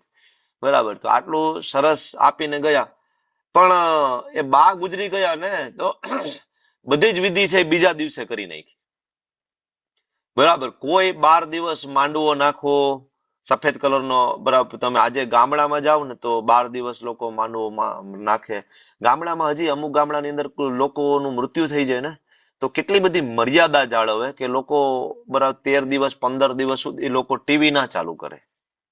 બરાબર, લાઉડ સ્પીકરમાં મ્યુઝિક કે એવું કઈ ના સાંભળે. ઇવન લોકો સારા કપડા ના પહેરે. ગામની અંદર ઇવન કોઈ સારું કામ હોય ને તો પોસ્ટપોન થતું હોય ને, તો ગામડાના લોકો ભેગા થઈને હંમેશા પોસ્ટપોન કરી દે. બરાબર. અને એ 13-14 દિવસ સુધી લોકો એ ઘરે જાય ને મળે, અને જેની ઘરે વ્યક્તિ ગુજરી ગયા હોય ને એ વ્યક્તિની ઘરે ચૂલો ના સળગે. બરાબર. 13 દિવસ સુધી એ લોકો રસોઈ ના બનાવે, અને ગામના બધા જ લોકો પોતાની ઘેરેથી બધું લાવે. બરાબર. જેની અંદર મગ હોય, બરાબર, બાજરાનો રોટલો હોય, આવું સાદો ખોરાક બધા લઈ આવે, અને આખું ગામ છે એ સાંજે મળે, અને એ આખા પરિવારની અંદર નાના બાળકો હોય વટેવર બધાને બેસાડીને બધાને સાથે મળીને ખવડાવે. બરાબર. એ ઘરની સ્ત્રીઓ હોય, બરાબર, રડતી હોય, બરાબર, કોઈનો પતિ જતો રહ્યો હોય, કોઈનો દીકરો જતો રહ્યો હોય, તો બધાને બેસાડીને ખવડાવે. આ પદ્ધતિ મેં હજી લગભગ 15-20 વર્ષ સુધી પહેલા મેં જોયું હતું. અમે ગોંડલમાં રહેતા ત્યાં સુધી આને કહેવાય રોટલાની સિસ્ટમ. અમારે કાઠિયાવાડમાં એનો રોટલો લઈને જવું આવું કહેતા. મને ખબર નથી તમારી સાઈડમાં શું કહેવાય, પણ કોઈ વ્યક્તિ ગુજરી જાય ને તો આવે લોકો, બરાબર, ટિફિન લઈને આવે સાંજે બધા. બરાબર. માતાજીઓ ઘરેથી બનાવીને લઈ આવે અને બધાનું ભેગું કરી દે. પછી બધા સાથે મળીને ભેગા બેસીને જમે અને એ ઘરને સાંત્વના આપે. પછી રામાયણની કથા ચાલે, કાં તો કૃષ્ણ લીલાની કોઈ ચર્ચા હોય, કાં તો બરાબર કઈક હનુમાનજી મહારાજનું, બરાબર, કઈક રામચરિત માનસની કોઈ કથા ચાલે, સુંદરકાંડના પાઠ, હનુમાન ચાલીસાના પાઠ, અને કાં તો માતાજીઓને જે કઈ આવડે સાદું કીર્તન, આવું કરે. એમ કરીને ઓલા લોકોને થોડું સાંત્વના મળે. પણ આજકાલ આ ટ્રેન્ડ જોવા નથી મળતો. સિટીના લોકોને આવો કોઈ સમય નથી. આપણને જો મરણની જે મર્યાદા છે છૂટી ગઈ. આજકાલ તમે વિચાર, આ તો 12-13 દિવસ તો બહુ જવા દો. હું એમ કહું કે ઘણા બધા સ્મશાન યાત્રામાં હમણાં મારું જવાનું થઈ રહ્યું છે. બરાબર. તો લોકોને આખી જીવન આપણે જે સમાજ માટે આપ્યો હોય, મારો સમાજ ને મારે તો જવું જ પડશે ને, લગ્નમાં જવું પડશે ને, આમ જવું પડશે. પણ મેં જોયું છે કે લોકો સ્મશાનની અંદર એ જે ડેડ બોડી સળગી જાય ને એટલી વાર પણ 3 કલાક જેવો સમય થાય. જો લાકડાથી બાળે તો 3-3.5 કલાક નોર્મલ વેઇટ હોય તો, બરાબર, 3 કલાક જેવો સમય લાગે નોર્મલ વેઇટ ની અંદર. 3 કલાક કોઈ પાસે સમય નથી તમારા માટે. 3 કલાક કોઈ સ્મશાને બેસે અને તમારી પાછળ કોઈ ભગવાનનું નામ માળા જપ કરે, આવો કોઈ સમય નથી કોઈ પાસે. જેવું ડેડ બોડી આવી ગયું, ચિતા ઉપર મૂકી દીધું અને આગ લાગી ગઈ એટલે લોકો બધા આવીને બરાબર ગરદણીની સામે હાથ જોડીને ઉભા રહી જશે. મતલબ હવે અમે જાય છે, આટલો જ ટાઈમ છે અમારી પાસે, જાજો ટાઈમ નથી. તો વિચાર કરો, જે સમાજ માટે આપણે સમય આપ્યો એ સમાજને આપણા માટે બિલકુલ સમય નથી. અને આ સમાજે એની સ્મશાન યાત્રામાં માણસોનો ડગલો થાય કે જે નામચીન વ્યક્તિ હોય, જે પૈસાદાર વ્યક્તિ હોય. બરાબર. મેં એવા વ્યક્તિની સ્મશાન યાત્રા જોઈ છે, બરાબર, કે જેમાં ફોન કરીને લોકોને બોલાવવા પડે કે ભાઈ કોઈ 5-25 જણા કોઈક આવો તો સારું લાગે, કારણ કે આમાં કઈ 10 જણા જ છે ખાલી. કારણ કે વ્યક્તિ બહુ ગરીબ છે, વ્યક્તિ નિર્ધન છે, સમાજમાં એટલું કોઈ મોટું નામ નથી, કોઈ પોસ્ટ પોઝિશન છે નહીં. તો એવા લોકોની સ્મશાન યાત્રામાં લોકો જવા માટે રાજી નથી. તમે કયા સમાજની પાછળ આખી જિંદગી આપણે કાઢી રહ્યા છીએ? કયો વ્યવહાર સાચવવામાં આપણે આખી જિંદગી કાઢી રહ્યા છીએ? આપણને સમજાતું નથી. તો આ વાસ્તવિકતાના દ્રશ્ય જનરલી પુરુષોને તો થાય, ખબર નહીં સ્ત્રીઓને થતું હોય કે નહીં, કારણ કે પુરુષો તો સ્મશાન યાત્રામાં બધા જાય છે. તમે બધા આ વાસ્તવિકતા જોઈ હશે. હું તો આ નજરે જોઉં છું કે આપણે ગુજરી ગયા પછી આપણી પાછળ કોઈને 7 મિનિટની એક માળા કરવાનો ટાઈમ નથી. મેં આજ સુધી કોઈને સ્મશાનમાં બેસીને માળા કરતા કે તમારી પાછળ જપ કરતા કે કીર્તન કરતા મોસ્ટલી નથી જોયા. મોસ્ટલી વૈષ્ણવ પરિવાર હોય તો વાંધો નથી, લોકો કીર્તન કરાવતા હોય છે, વોટેવર, પુષ્ટિ માર્ગ હોય કે નિંબાર્ક હોય, એ લોકોને શું છે, ઘર પરિવાર પોતે કરતો હોય એટલે ઓલા બધા પાછળ પરાણે કરવું પડતું હોય છે, એ પરાણે. બાકી ઇન્ટરેસ્ટ તો એને બિલકુલ નથી. તો આ બધી પદ્ધતિઓ ધીમે ધીમે હવે જઈ રહી છે. હવે લોકોને મરણનું કોઈ સન્માન નથી. બરાબર. બિલકુલ મરણની મર્યાદા લોકો ભૂલી ગયા છે. તો શું કામ પિતૃ તર્પણ ને પિંડદાન કરવું જોઈએ ને કેવી રીતના શું કરવું જોઈએ, શોર્ટમાં શ્રીલ પ્રભુપાદજી એના ભાવાર્થમાં આપે છે, ને આપણે વાંચવો છે. તમે લોકો વાંચો, ભાવાર્થ વાંચો. ચાલો, પરેશ શાહ પ્રભુજી વાંચશે ભાવાર્થ. યસ પ્રભુજી. હરે કૃષ્ણ પ્રભુજી. યસ પ્રભુજી. 41. હા, ભાવાર્થ બાય હિઝ ડિવાઇન શ્રી શિલા પ્રભુપાદ. શ્રી શિલા પ્રભુપાદનો જય હો. સકામ કર્મના વિવિધ વિધિ વિધાનો પ્રમાણે પૂર્ણા પિતૃઓને નિયતકાલિક જળ તથા પિંડદાન કરવું જરૂરી છે. આ અર્પણ વિષ્ણુ પૂજા દ્વારા કરવામાં આવે છે, કારણ કે વિષ્ણુને સમર્પિત ભોજનનો શેષ ભાગ પ્રસાદ રૂપે લેવાથી મનુષ્યનો બધા પાપ કર્મોમાંથી ઉદ્ધાર થઈ જાય છે. કેટલીક વખત પૂર્વજો વિવિધ પ્રકારના પાપ કર્મોથી ગ્રસ્ત થઈને દુઃખ સહન કરી રહેલા હોય છે, અને કેટલીક વખત તેમાંના કેટલાકને સ્થૂળ ભૌતિક શરીર પ્રાપ્ત ન થવાથી પ્રેત તરીકે સૂક્ષ્મ શરીરમાં રહેવાની ફરજ પડે છે. આ રીતે જ્યારે વંશજો દ્વારા પૂર્વજોને શેષ પ્રસાદ સમર્પિત કરવામાં આવે છે ત્યારે તેમનો પ્રેત યોનિ અથવા અન્ય પ્રકારના દુઃખમય જીવનમાંથી ઉદ્ધાર થઈ જાય છે. પિતૃઓને આવી સહાયતા કરવી એ કુળ પરંપરા છે અને જે લોકો ભક્તિપરાયણ જીવન વ્યતીત કરતા નથી તેમને માટે આ કર્મકાંડ કરવા જરૂરી હોય છે. અહીંયા સુધી યસ પ્રભુજી, અહીંયા સુધી જે શ્રી પ્રભુપાદજી વાત કરે છે બરાબર, એ પ્રભુપાદ આપણને કહે છે કે ભાઈ શું કામ પિતૃ તર્પણ કરવું જોઈએ, પિંડદાન શું કામ કરવું જોઈએ અને એમાં શું શું થઈ શકે, એના રિઝલ્ટ શું શું છે. હવે આગળ જે શ્રી પ્રભુપાદજી વાત કરે છે તો એક આપણો બધાનો પ્રશ્ન હોય કે શું ભક્તે આ બધું કરવાની જરૂર છે? તો પ્રભુપાદ સમજાવે છે. પ્રભુજી આગળ વાંચો. જે મનુષ્ય ભક્તિમય જીવનમાં લાગેલા છે તેને માટે આવા કર્મકાંડ કરવા જરૂરી નથી. કેવળ ભક્તિમય સેવા અપનાવવાથી જ મનુષ્ય સેંકડો હજારો પિતૃઓને આવા સર્વ પ્રકારના દુઃખોમાંથી ઉદ્ધાર કરી છે. ભાગવતમ 11.5.41 કહેવામાં આવ્યું છે, દેવર્ષિ ભૂતાપ્તનૃણામ પિતॄણામ ન કિંકરુણાય મૃણી ચરાજન સર્વાત્મનાય શરણમ શરણ્યમ ગતો મુકુંદમ પરિહત્ય કર્તમ. જે મનુષ્ય અન્ય બધા જ કર્તવ્યનો ત્યાગ કરીને મુક્તિદાતા મુકુંદના ચરણ કમળનો આશ્રય લે છે અને ગંભીરતાપૂર્વક આ માર્ગ ગ્રહણ કરે છે તે દેવો, ઋષિઓ, સામાન્ય જીવો, સ્વજનો, મનુષ્ય જાતિ તથા પિતૃઓ પ્રત્યેના પોતાના ઋણમાંથી મુક્ત થઈ જાય છે. પૂર્ણ પુરુષોત્તમ પરમેશ્વરની ભક્તિ કરવાથી આવા કર્તવ્યો આપમેળે જ પરિપૂર્ણ થાય છે. હરે કૃષ્ણ. યસ પ્રભુજી, થેન્ક યુ સો મચ પ્રભુજી, સુંદર ભાવાર્થ વાંચવા બદલ. આમ તો ભાવાર્થ સ્વયં પ્રકાશિત છે, બરાબર ને? ભાવાર્થ બહુ સમજાય એવો છે. બરાબર, એટલે પ્રભુપાદજીએ લખ્યું છે કે શું કામ પિંડદાન કરવું જોઈએ, આપણા પિતૃઓ પ્રેત યોનિમાં હોય, સૂક્ષ્મ શરીરમાં એને ફરજ બરાબર પડતી હોય છે. તો જો પ્રોપર વિધિથી કર્મકાંડની વિધિ કરીએ તો એને ઘણો બધો ફાયદો થાય. તો તમને બધાને એક પ્રશ્ન પૂછું છું, તમારા લોકો હેન્ડલ કરવાનો છે, મારી વાતને તમે સપોર્ટ કરો છો કે કઈ? હું એમ કહું છું કે શું ભક્તને આ બધી વિધિ કરવી જોઈએ કે ના કરવી જોઈએ? જો કરવી જોઈએ એ લોકો એન્ડ્રેસ કરો, કરવી જોઈએ એ લોકો એન્ડ્રેસ કરો. ઓકે, 4 લોકો ને 5 લોકો, 6 લોકો. પરેશ પ્રભુજી પણ કહે છે કરવી જોઈએ. ઓકે, ધીમે ધીમે વધે છે, થોડું ડિસિઝન આવતું જાય છે કરવી જોઈએ. પ્રશ્ન પૂછીએ આપણે. જયારે પ્રભુપાદ એમ કે છે કે ભક્તને કરવી ના જોઈએ, તો પછી નીતા ગઢવાળા માતાજી તમે હેન્ડરેસ કરો છો કરવી જોઈએ, તો થોડુંક આના ઉપર પ્રકાશ પાડવો જોઈએ. હરે કૃષ્ણ પ્રભુજી. આ વિધિ મતલબ શુદ્ધ ભક્ત હોય અને જે ભક્તિની એ સ્થાન ઉપર હોય કે એમણે ના કરે તો ચાલે, પણ આપણે કરવી જોઈએ, કેમ કે આપણે હજુ એ સ્થિતિએ નથી પહોંચ્યા ભક્તિની, એટલા માટે.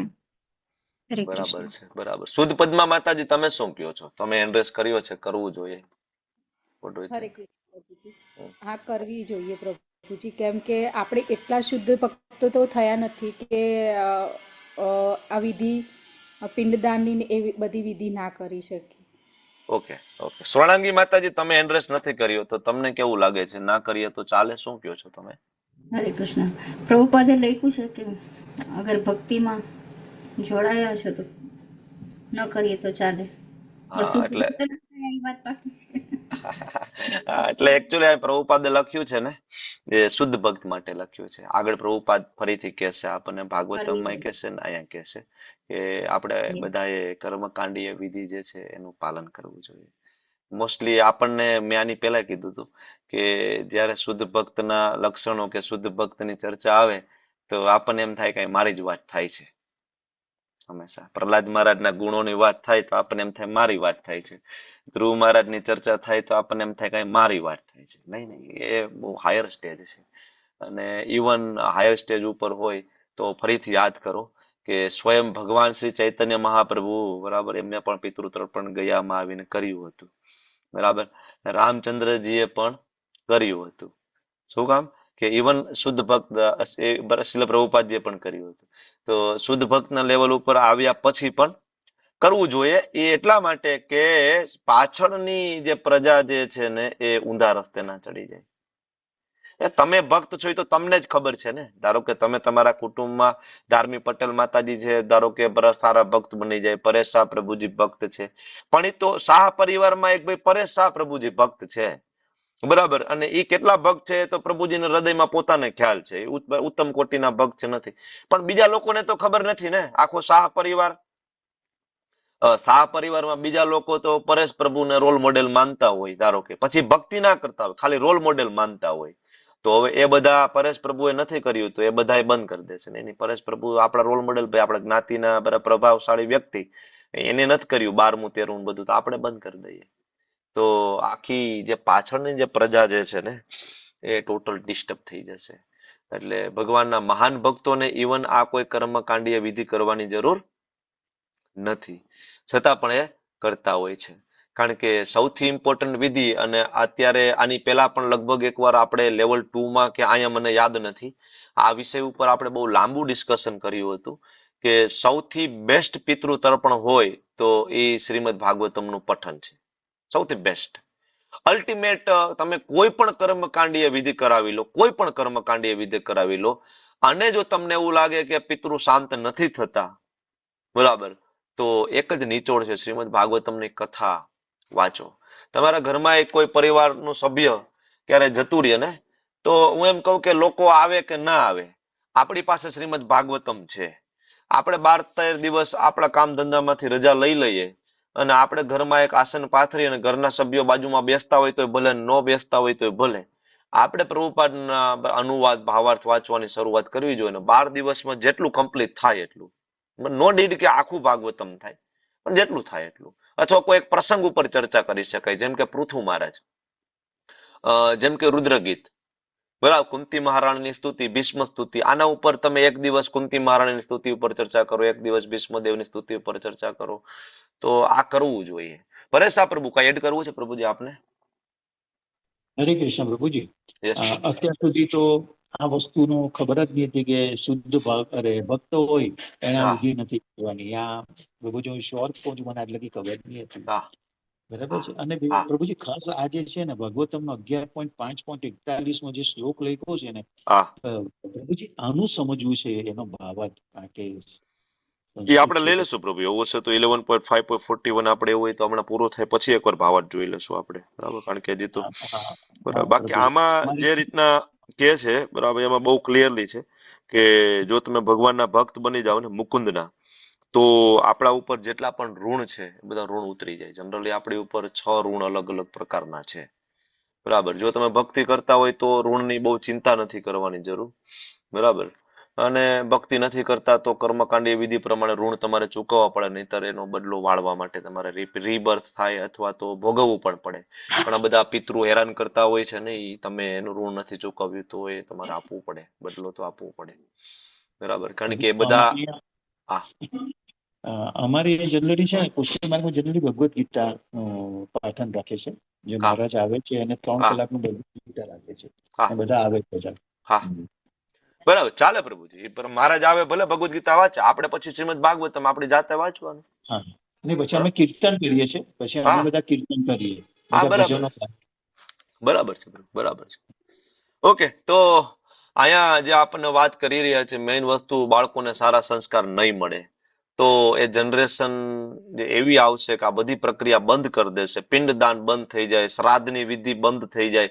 16 સંસ્કાર તો આપણે જોયા ને, આપણાથી 16 નામ ભેગા નથી થતા પ્રોપરલી. તો 16 સંસ્કાર, બરાબર ને. અને હવે આપણને 16 સંસ્કાર પ્રોપર ખબર નહીં હોય તો આપણા બાળકોને તો કેમ 16 સંસ્કાર વિશે આપણે જ્ઞાન આપીશું? એટલા માટે જ આજે આ મુદ્દો લીધો હતો, બરાબર. તો હવે એ વ્યક્તિ પોતે નર્કમાં જશે અને પોતાના પૂર્વજોને પણ નર્કમાં મોકલશે. પ્રેક્ટિકલ આસ્પેક્ટ આ શ્લોકની અંદર જોઈએ તો જે અનવોન્ટેડ જે પોપ્યુલેશન જે છે is like A social burden. જવાબદારી વગરની જે વસ્તી હોય ને, બરાબર, એ સમાજ ઉપર હંમેશા બર્ડન બનીને રહે. તો આજે આધુનિક સમાજની અંદર પ્રભુપાદજી આપણને સમજાવે છે કે આટલી અશાંતિ, યુદ્ધ ના ગુનાખોરી ના બધું જોવા મળે ને, એનું એકમાત્ર કારણ છે વર્ણશંકર જે કઈ પ્રજાતિ, બરાબર ને. કારણ કે માતા પિતાનું ભક્તિમય જીવન છે નહીં, એટલે સંતાનોને આધ્યાત્મિક રીતે શૂન્ય છે, એટલે કોઈની બેન દીકરીઓની કોઈ રિસ્પેક્ટ એને કોઈ દિવસ શીખડાવી નથી, બરાબર ને, બધાને હંમેશા ભોગની નજરે જોવે છે, અને એના કારણે આજકાલ જોઈએ છે તો ધીમે ધીમે ધીમે. અને બીજું પ્રેક્ટિકલ આસ્પેક્ટ છે પૂર્વજોનું પતન. તો અહીંયા પ્રભુપાદ જે આપણને સમજાવે છે ને કે આપણા પૂર્વજોની ગતિ આપણા કાર્યો ઉપર નિર્ભર રહે છે હંમેશા. અને પુત્ર એને કહેવાય, પુ નામનું એક નર્ક છે, બરાબર ને, ત્ર એટલે કે ત્રાયતે. તો પુ નામના નર્કમાંથી પિતૃઓને ત્રાયતે બહાર કાઢે એને કહેવાય પુત્ર, એને કહેવાય પુત્ર, બરાબર. અને એ પુત્ર જ કરી શકે, પાછી પુત્રી નથી કરી શકતી. તમને પ્રશ્ન થવો જોઈએ કે ખાલી પુત્ર શું કામ આ કરી શકે, પુત્રી કેમ નહીં, બરાબર. તો બે આન્સર છે, અને સાયન્ટિફિક છે અને ઓલાય છે, બરાબર. તમે લોકો વિચારજો, પછી કાલ આનો આન્સર ગોતીને આવજો. તમને એક હોમવર્કમાં આપું છું કે ભાઈ પિંડદાનની વિધિ છે પુત્ર માટે કરવામાં આવે, એટલા માટે 5 પુત્રી હોય તો હંમેશા અપેક્ષા રાખવામાં આવે કે ભાઈ એક પુત્ર હોવો જોઈએ, બરાબર. લોકો આના માટે લલાયત હોય છે, ભાઈ પુત્ર તો હોવો જોઈએ. રાજા મહારાજાઓએ આના માટે અત્યારે આપણે કથાઓ સાંભળેલી છે, બરાબર. આની પાછળનું કારણ શું ભાઈ, શું કામ પુત્ર જ પિંડદાનની પ્રક્રિયા કરી શકે? એક આ પ્રશ્ન થોડું રિસર્ચ કરીને તમારે કાલ આવવાનું છે, એક ઓલી ડિબેટ વાળું તો છે જ. તો પૂર્વજોનું પતન થઈ જાય જો આપણે આપણા કાર્યોને સંભાળીશું નહીં તો. આ બહુ મહત્વની વસ્તુ આની અંદર આપણે સમજ્યા. આગળના શ્લોકની અંદર અર્જુન કહે છે કે જે લોકો પાપ કર્મો વડે કુળ પરંપરાનો નાશ કરે છે અને એ રીતે અવાંછિત સંતતિને જન્મ આપે છે, તેમના દુષ્કર્મોથી 2 પ્રકારના કાર્યો બંધ થઈ જાય છે, જાતિ ધર્મ અને કુલ ધર્મ, બરાબર. સામુદાયિક કાર્યો અને પારિવારિક કલ્યાણના જે કાર્યો છે ને, કમ્પ્લીટલી વિનાશ થઈ જાય છે, બંધ થઈ જાય છે. દોષ રે તે કુલ જ્ઞાના વર્ણ સંકર કારકે ઉત્સાધતે જાતિ ધર્મા કુલ ધર્માશ્ચ શાશ્વતા. શાશ્વતા જે સનાતન ધર્મની અંદર જે કુળ ધર્મ આપ્યો છે અને જાતિ ધર્મ પણ આપ્યો છે, તો આ બધો નાશ થઈ જશે. શ્રી પ્રભુપાદજી ભાવાર્થ બહુ નાનો એવો છે, અને પ્રભુપાદ એમાં 2 જવાબદાર જે આગેવાનો હોય ને એના વિશેની ત્યાં વાત કરે છે કે સનાતન ધર્મ અથવા વર્ણાશ્રમ ધર્મ દ્વારા નિર્ધારિત માનવ સમાજના 4 વર્ણો બ્રાહ્મણ, ક્ષત્રિય, વૈશ્ય, શૂદ્ર માટે સામુદાયિક યોજના અને પારિવારિક કલ્યાણ કાર્યો એટલા માટે પ્રયોજાયેલા હોય છે જેનાથી મનુષ્ય અંતિમ મોક્ષ પ્રાપ્ત કરી શકે. તેથી સમાજના 2 જવાબદાર આગેવાનો દ્વારા સનાતન ધર્મ પરંપરા ખંડિત થતા તે સમાજમાં અંધાધૂંધી ફેલાય છે. પરિણામે લોકો જીવનના ઉદ્દેશ્ય એવા વિષ્ણુને ભૂલી જાય છે. આવા આગેવાનો આંધળા કહેવાય છે, અને જે લોકો આવા અગ્રણીઓને અનુસરે છે તેઓ નિશ્ચિતપણે અંધાધૂંધીનો ભોગ બને છે. તો સામુદાયિક યોજનાઓ, બરાબર. તો અમુક સમુદાયની અંદર અમુક જે કઈ ગાઈડન્સ, જેમ કે એક સાસુ છે એના વહુને ગાઈડ કરતી હોય કે આ પ્રકારના વ્રત કરવાના, આ પ્રકારના અનુષ્ઠાન કરવાના, આ પ્રકારનું તપ કરવાનું, આ પ્રકારની શુદ્ધતા. બ્રાહ્મણની અંદર અમુક કાર્યો હોય છે, વૈશ્ય ક્ષત્રિયોની અંદર અમુક કાર્યો હોય છે, અને સામુદાયિક એટલે જનરલ એક માનવ સામુદાયિક કાર્યો પણ હોય છે, જેમ કે નદીને સ્વચ્છ રાખવી, વૃક્ષો કાપવા નહીં. તો આ બધા પણ એક માનવ સમુદાયના આ બધા કાર્યો છે, બરાબર. એક આ સામુદાયિક કાર્યો, બરાબર, જાતિ ધર્મ. અને બીજું કુળ ધર્મ, બરાબર, જેને કહેવાય પારિવારિક કલ્યાણના કાર્યો, જેની અંદર ભજન, વ્રત, તપ આ બધું કરીએ. તો તમને બધાને ખબર હશે કે આપણા બધાના કુળદેવી માટેના અમુક સમયે નિવેદ થતા હોય છે, બરાબર. અમુક કુળ માટે તમે જો નવરાત્રીના અનુષ્ઠાનો બહુ ક્લિયરલી કરતા હોય. અમુક બ્રાહ્મણો છે નવરાત્રીના અનુષ્ઠાનો, બરાબર, 2 નવરાત્રી માટે, ચૈત્રી નવરાત્રી ને આપણે જે ઉજવીએ છીએ બંને નવરાત્રીમાં એના અનુષ્ઠાનો થાય, અને ખૂબ ચોકસાઈપૂર્વક એ દિવસોમાં બ્રહ્મચર્ય વ્રતનું પાલન ને આ બધું કરવામાં. તો શું આ બધું કરવામાં આવે કોઈ ફેશન માટે કરવામાં આવે, કોઈ મનોરંજન માટે કરવામાં આવે? વર્ષમાં એકવાર કુળદેવીને નૈવેદ્ય અર્પણ કરતા હોય ને આ બધું, બરાબર. નવરાત્રી સામુદાયિક કાર્ય પણ કહી શકો તમે. એક આ ગુજરાતી આખો સમુદાય, તો એનું સામુદાયિક કાર્ય શું? તો કે ભાઈ નવરાત્રી. તો શું નવરાત્રી મનોરંજનનું કાર્ય છે? મરાઠી લોકો માટે એક સામુદાયિક કાર્ય તમે જુઓ તો ગણપતિ, બરાબર. એ લોકો ગણપતિ બેસાડે, તો શું, બરાબર, આ ગણપતિ એ કોઈ મનોરંજન માટે છે? નહીં. તો આ બધા પાછળનું એક કારણ છે, ને કારણ આપણને કોઈ શીખડાવતું નથી આજકાલ. તમે મુંબઈની અંદર જાઓ તો, મુંબઈમાં રહ્યો છું મને ખબર છે, બરાબર, ગણપતિ ઉત્સવ થતો હોય તો એક તો લોકો પાસે ઇવન જેની કેપેસિટી ન હોય એની પાસે ફોર્સફુલી બરાબર એની પાસેથી પૈસા ઉઘરાવવામાં આવે પરાયણે. દુકાનદાર હોય, દુકાનવાળા હોય, એની પાસેથી બરાબર ફરજિયાત ફંડ લેવામાં આવે. બીજું, જે ગણપતિની ઉપાસના થતી હોય એ જ ગણપતિની બરાબર સાંજે આરતી થાય અને એ જ પંડાલની નીચે લોકો બધા બેસીને પાછા દારૂ પણ પીતા હોય. ઇવન એના ઓર્ગેનાઇઝર પોતે જ પંડાલની પાછળ ને ત્યાં બધું આ ચાલતું હોય. જે લોકો મુંબઈ મહારાષ્ટ્રમાં રહ્યા છે ને થોડુંક હું કહું છું તો થોડુંક તમે સમજી શકતા હશો બરાબર. અને એ જ ગણપતિજીનું જયારે વિસર્જન કરવામાં આવે તો ડીજે ને બધું ચાલતું હોય, એમાં કોઈ ભગવાનના ગીત નથી હોતા, બધા મૂવીના ફિલ્મના સોંગ હોય અને એમાંય લોકો દારૂ પીને ડિસ્કો કરી રહ્યા હોય બરાબર. અને ગણપતિને કોઈ ખાણમાં કે કહેવાય ને કચરાવાળી જેવી જે જગ્યા હોય ત્યાં ફેંકી આવવામાં આવે બરાબર. અને બીજે દિવસે બધા એક કચરો ભેગો થાય અને બુલડોઝરથી એ કચરો ઉપાડવામાં આવતો હોય છે. શું ગણપતિ આના માટે હતા? કોઈ શીખવાડ્યું કે ગણપતિનું વિસર્જન કેવી રીતના થાય? શું એકચ્યુઅલી આના માટે હતું? બરાબર, કોણ આ લાવ્યું હતું? એની પાછળનો આ પર્પઝ શું હતો? આપણે નવરાત્રીની ઉજવણી કરીએ છીએ તો નવરાત્રીની ઉજવણી શેના માટે થાય? શું પર્પઝ હતો? કોઈ શીખડાવે? કઈ નહીં.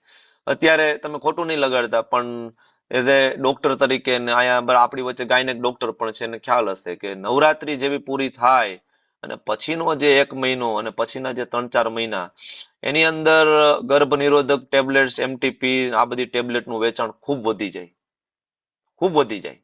જેવું નવરાત્રી પૂરી થાય બરાબર ને પછી આ બધી મેડિસિન્સ ખૂબ વેચાવા માંડે બરાબર. 7-8 મહિના થાય તો બરાબર આ બધું મિસકેરેજ કરાવવું ને બરાબર ખબર પડે ધીમે ધીમે ધીમે.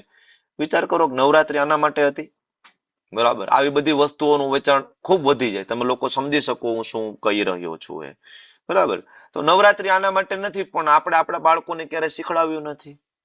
ટૂંકા કપડા પહેરવા, અંગ પ્રદર્શન કરવું બરાબર, એટ્રેક્ટ કરવું બધાને, અને છોકરા છોકરીઓનું સાથે. નવરાત્રી એ નથી. નવરાત્રી આપણે હજી જૂના ગામડામાં જઈને જોવો તો ત્યાં નવરાત્રી ખરેખર ઉજવવામાં આવે છે બરાબર. વચ્ચે માતાજીનો ફોટો હોય, બધી નાની નાની બાળકીઓ કુમારિકાઓ બેઠી હોય, ભગવાનની સરસ મજાની આરતી થાય અને 2-3 વ્યક્તિ હોય બરાબર સમાજના, એ જાતે ગાતા હોય. ખાસ તો માતાજીઓ જાતે ગાય, નગારા વાળો નગારો વગાડે અથવા મૃદંગ વગાડે અથવા તો બરાબર વગાડતા હોય, તબલા વગાડે ને આવું જાતે.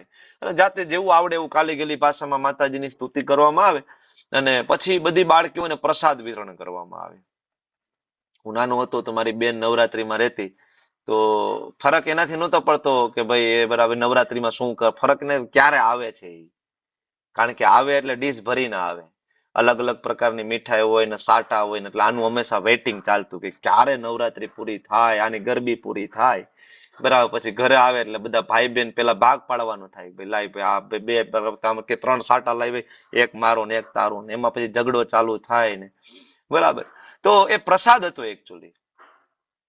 આજકાલ આ જોવા નથી મળતો. આજકાલ તો મેં હમણાં વાત કરી એમ રાત્રે બફેટ ડિનર ગોતતા હોય, 3-3, 4-4 વાગ્યા સુધી નવરાત્રીમાં છોકરા છોકરીઓ એકલા ફરતા હોય, રાત્રે 3 વાગે હોટલો ગોતે, જમવા જાય.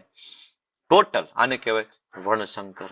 અર્જુન આ ચિંતા હતી અને આ વસ્તુ અત્યારે સમાજમાં જોવા મળે છે ને. જાતિ ધર્મ અને કુલ ધર્મ બે ટોટલી અમુક ઘરની અંદર છે, બાકી તો ટોટલી લોકો માનતા નથી.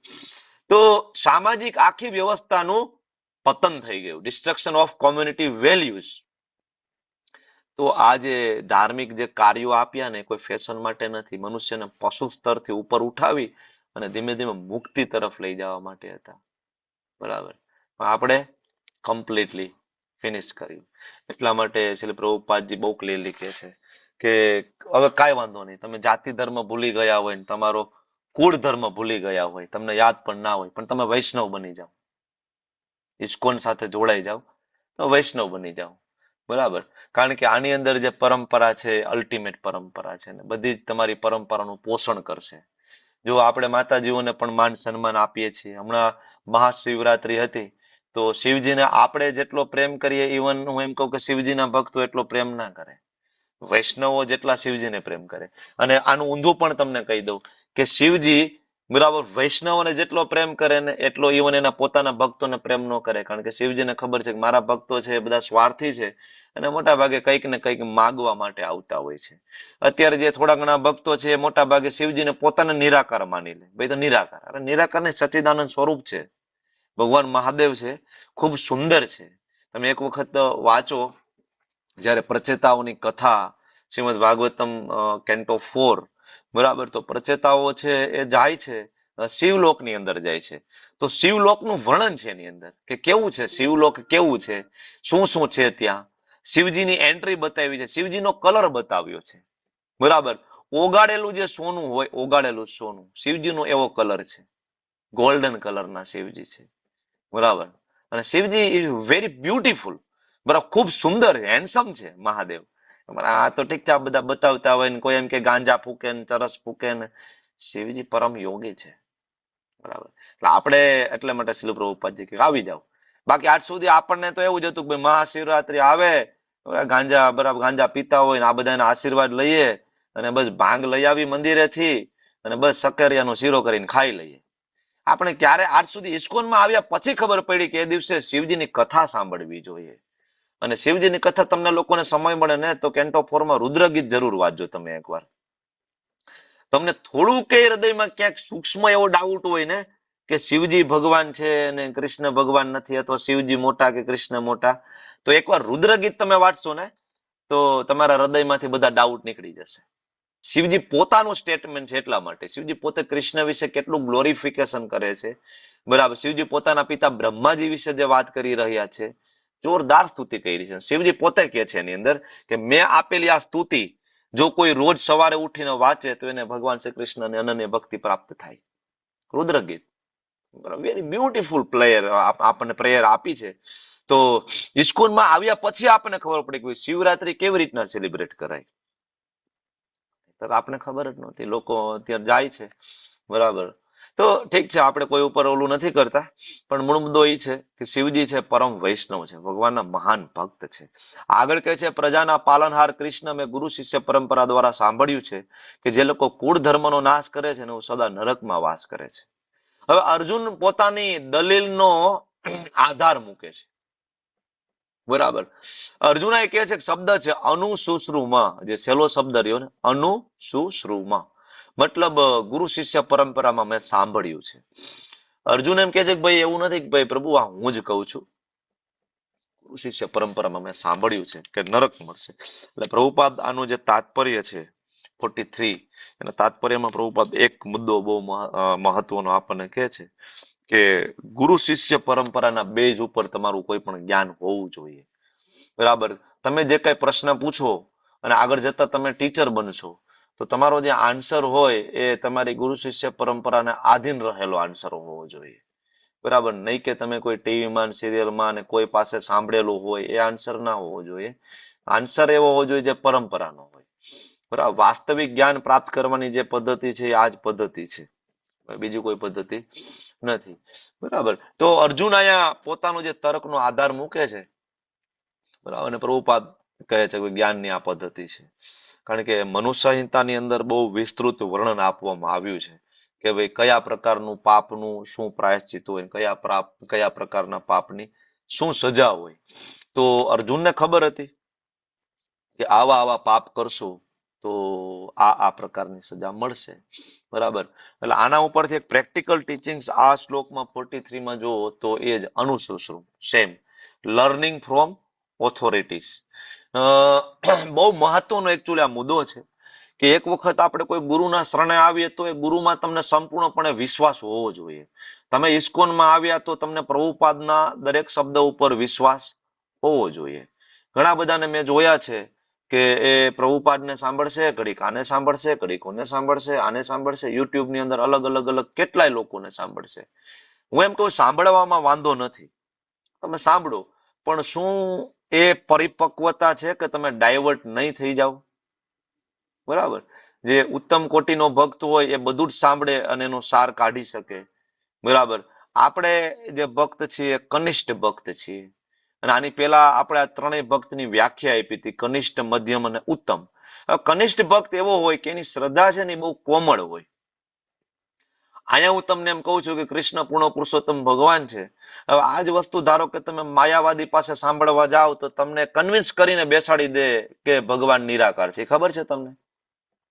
માયાવાદી તમારી સામે, કારણ કે આપણી પાસે તો શ્લોકનું ભંડોળ નથી, આપણે તો હજી વેદો ઉપનિષદો પુરાણો એટલા વાંચ્યા નથી, બરાબર? તો તમે જયારે એની સાથે તર્ક કરો તો એ તમારી પાસે એવા એવા શ્લોકો મૂકશે કે જેથી તમે એ કન્વિન્સ થઈ જાવ ભગવાન નિરાકાર છે. તો આપણી પાસે શ્લોકનું ભંડોળ નથી, આપણને બુદ્ધિ નથી, તો આપણે એવા આચાર્યનું શરણ લઈ અને એમાં 100% શ્રદ્ધા મૂકવી જોઈએ કે જેમ કે શીલ પ્રભુપાદજી. પ્રભુપાદે આપણા વતી વેદો ઉપનિષદો પુરાણો બધું વાંચ્યું, તમે જોવો છો એના બરાબર જે કઈ તાત્પર્ય શ્વેતાસર ઉપનિષદ, કઠોપનિષદ બધી જગ્યાએથી પ્રભુપાદ કોટ કરી રહ્યા છે. તો હંમેશા એક આચાર્યનું પ્રોપર શરણ પકડી રાખવું જોઈએ. અને હું તમને બધાને એમ કહું કે તમે આખી જિંદગી તમારી ઓછી પડશે પ્રભુપાદના પુસ્તકોને વાંચીને સમજવા માટે. આખી એક જિંદગી ઓછી પડશે.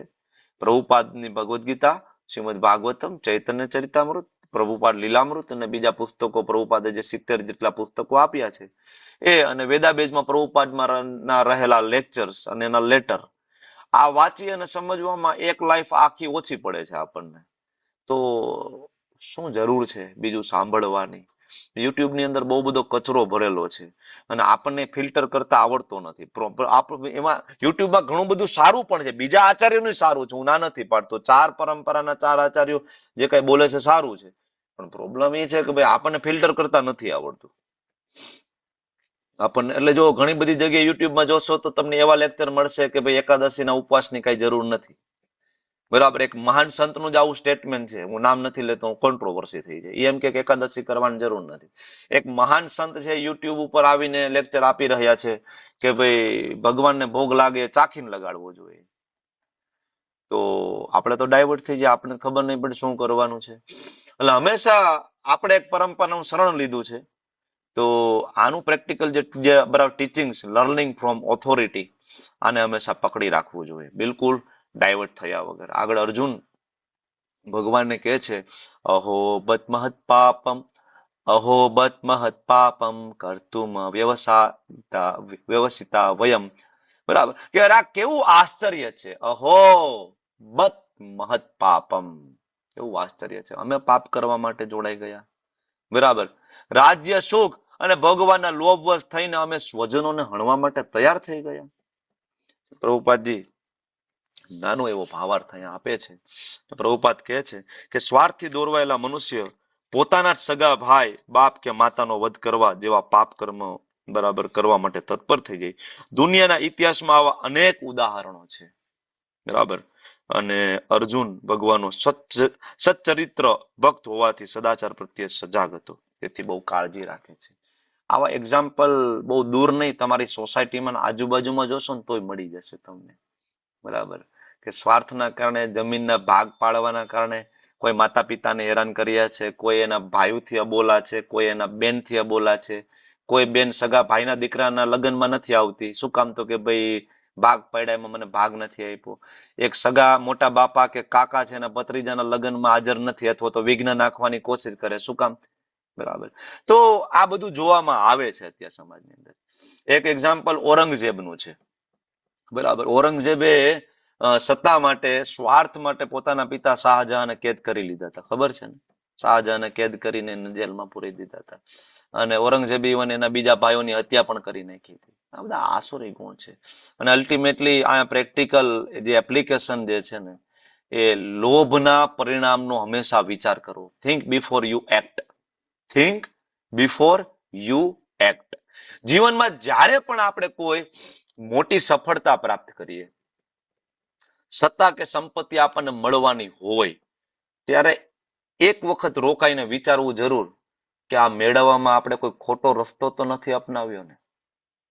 મોટું મકાન બનાવી રહ્યા છીએ, મોટો બિઝનેસ એક્સપાન્ડ કરી રહ્યા છીએ, બરાબર? અથવા તો ખૂબ મોંઘીદાટ કાર ખરીદી રહ્યા છીએ, બરાબર? તો આવી કોઈ વસ્તુ ખરીદીએ અથવા કઈ આપણને કોઈ પ્રમોશન મળી રહ્યું છે, તો એક વખત એની પાછળ જરૂર વિચાર કરવો કે આ વસ્તુ કે આ પોઝિશન, પોસ્ટ, આ પાવર, આ સંપત્તિ મેળવવામાં કોઈ ખોટો રસ્તો તો આપણે નથી અપનાવી રહ્યા ને, બરાબર? શું આપણે આપણા નૈતિક મૂલ્યોનો ભોગ તો નથી આપી દીધો ને આ વસ્તુ મેળવવા? જો અત્યારે બહુ સારું લાગશે એકચ્યુઅલી, પ્રભુપાદ બહુ ક્લિયરલી કહે છે કે જે કર્મી માણસ હોય એ પોતાની હોશિયારી એમાં સમજે કે આખી જિંદગી પૈસા કમાઈને ખૂબ પૈસા મૂકતો જાય એના દીકરા માટે. કર્મી મનુષ્ય એવું લાગે કે હું બહુ હોશિયાર છું, મેં બહુ સારું કર્યું, બહુ સારું કર્યું. અને આના માટે એ ઘણા બધા પાપ કર્મોમાં લેપાઈ જાય, ઘણા બધા પાપ કર્મો કરે આખી જિંદગી, ખૂબ સંપત્તિ ભેગી કરે, પછી પોતે મરી જાય ને પોતે ખૂબ પાપ કર્મોનું ફળ ભોગવે. તો એક આ વસ્તુ છે, થિંક બિફોર યુ એક્ટ. કઈ પણ કામ કરીએ તો પેલા વિચારીએ કે ભાઈ આ કામની જે શરૂઆત થઈ, બરાબર, અથવા આ પ્રોજેક્ટની શરૂઆત થઈ, મને જે કઈ પ્રમોશન મળશે આની અંદર મારું મેં નૈતિક મૂલ્યોનું પૂરું કરી દીધું, બરાબર, તો કોઈ મતલબ નથી રહેતો. આગળનો જે 45મો શ્લોક છે એની અંદર અર્જુન કહે છે કે યદિ મામ અપ્રતિકારમ. હવે અર્જુન તમે જો અર્જુનના દૈવી ગુણો કેવા પ્રગટ થઈ રહ્યા છે. અર્જુન કહે છે યદિ મામ અપ્રતિકારમ, કદાચ હું પ્રતિકાર ના કરું, અશસ્ત્રમ, હું શસ્ત્ર ના ઉપાડું, બરાબર, તો એ ધાત રાષ્ટ્ર રણે હન્યું, બરાબર, મતલબ ધૃતરાષ્ટ્રના પુત્રો રણમાં મને ભલે ને મારી નાખે, તન્મે ક્ષેમ તરમ ભવે, મને તો એમાં શ્રેયસ્કર લાગે છે. નિશસ્ત્ર થયેલો હું હોય અને મને મારી નાખતા હોય. જનરલી યુદ્ધના અમુક જે નિયમો છે, અને એ સમયે શત્રુઓ પણ નિયમો પાડતા કે સામેવાળો છે શસ્ત્ર મૂકી દે તો જનરલી એને કોઈ મારતું નહીં, બરાબર.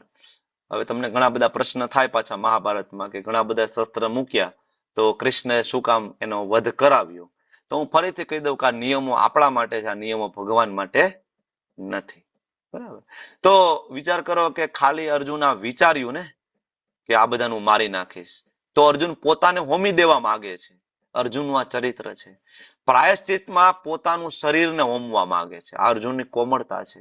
અને પ્રભુપાદ એટલા માટે કે છે કે આવા જ વ્યક્તિ હોય ને ભગવદ્ ગીતાને સમજી શકે. કેવા? અર્જુન જેવું કોમળ હૃદય હોવું જોઈએ, ત્યારે આપણે ભગવદ્ ગીતાને સમજી શકીએ છીએ, બરાબર. આગળ છેલ્લો શ્લોક છે અને આપણે લઈ લઈએ. સંજય બોલ્યા, રણ મેદાનમાં આ પ્રમાણે કહીને અર્જુને પોતાના ધનુષ તથા બાણ બાજુ પર મૂકી દીધા અને શોક સંતપ્ત મનથી રથના આસન પર બેસી ગયો. હવે યુદ્ધ ના કરવાનો અર્જુને નિર્ણય લઈ લીધો અને હવે અર્જુન કહે છે કે આ નહીં થાય, બરાબર. અને એકદમ ક્લિયર કટ સ્ટેટમેન્ટ આપી દીધું છે અર્જુને કે મારાથી નહીં થાય. પ્રભુપાદ નાનું તાત્પર્ય આપે છે. પોતાના શત્રુ પક્ષની સ્થિતિનું નિરીક્ષણ કરવા માટે અર્જુન રથમાં ઉભો થયો હતો. શોક વેશની અંદર એટલો સંતપ્ત થયો, પોતાના ધનુષ બાણ એક તરફ મૂકી દીધા અને રથની બેઠક ઉપર ફરીથી બેસી ગયું. ભગવત ભક્તિ પ્રાણે આવો દયાળુ તથા કોમળ હૃદયવાળો પુરુષ આત્મજ્ઞાન પ્રાપ્ત કરવા માટે સુયોગ્ય છે. આવો કોમળ હૃદયનો માણસ હોય તો કેવા ગુણ હોવા જોઈએ? એકચ્યુઅલી આ આખો અધ્યાયની જે આપણે ચર્ચા કરી રહ્યા છે, આ અધ્યાયની અંદરથી એ જ સમજવાનું હતું કે કેવા ગુણ હોય તો આપણે ભક્તિ શાસ્ત્રી કરવા માટે લાયક છીએ, બરાબર. વાંછાકલ્પતરુભ્યશ્ચ કૃપા સિંધુભ્યો ચ પતિતાનાં પાવનેભ્યો વૈષ્ણવેભ્યો નમો નમઃ. અનંત અનંત કોટી વૈષ્ણવ કી જય. શ્રી પ્રભુપાદ કી જય. ગુરુ મહારાજ કી જય. હરે કૃષ્ણ કૃષ્ણ કૃષ્ણ હરે હરે, હરે રામ રામ રામ હરે હરે. ખૂબ ખૂબ ધન્યવાદ આપ સૌનો. Thank you.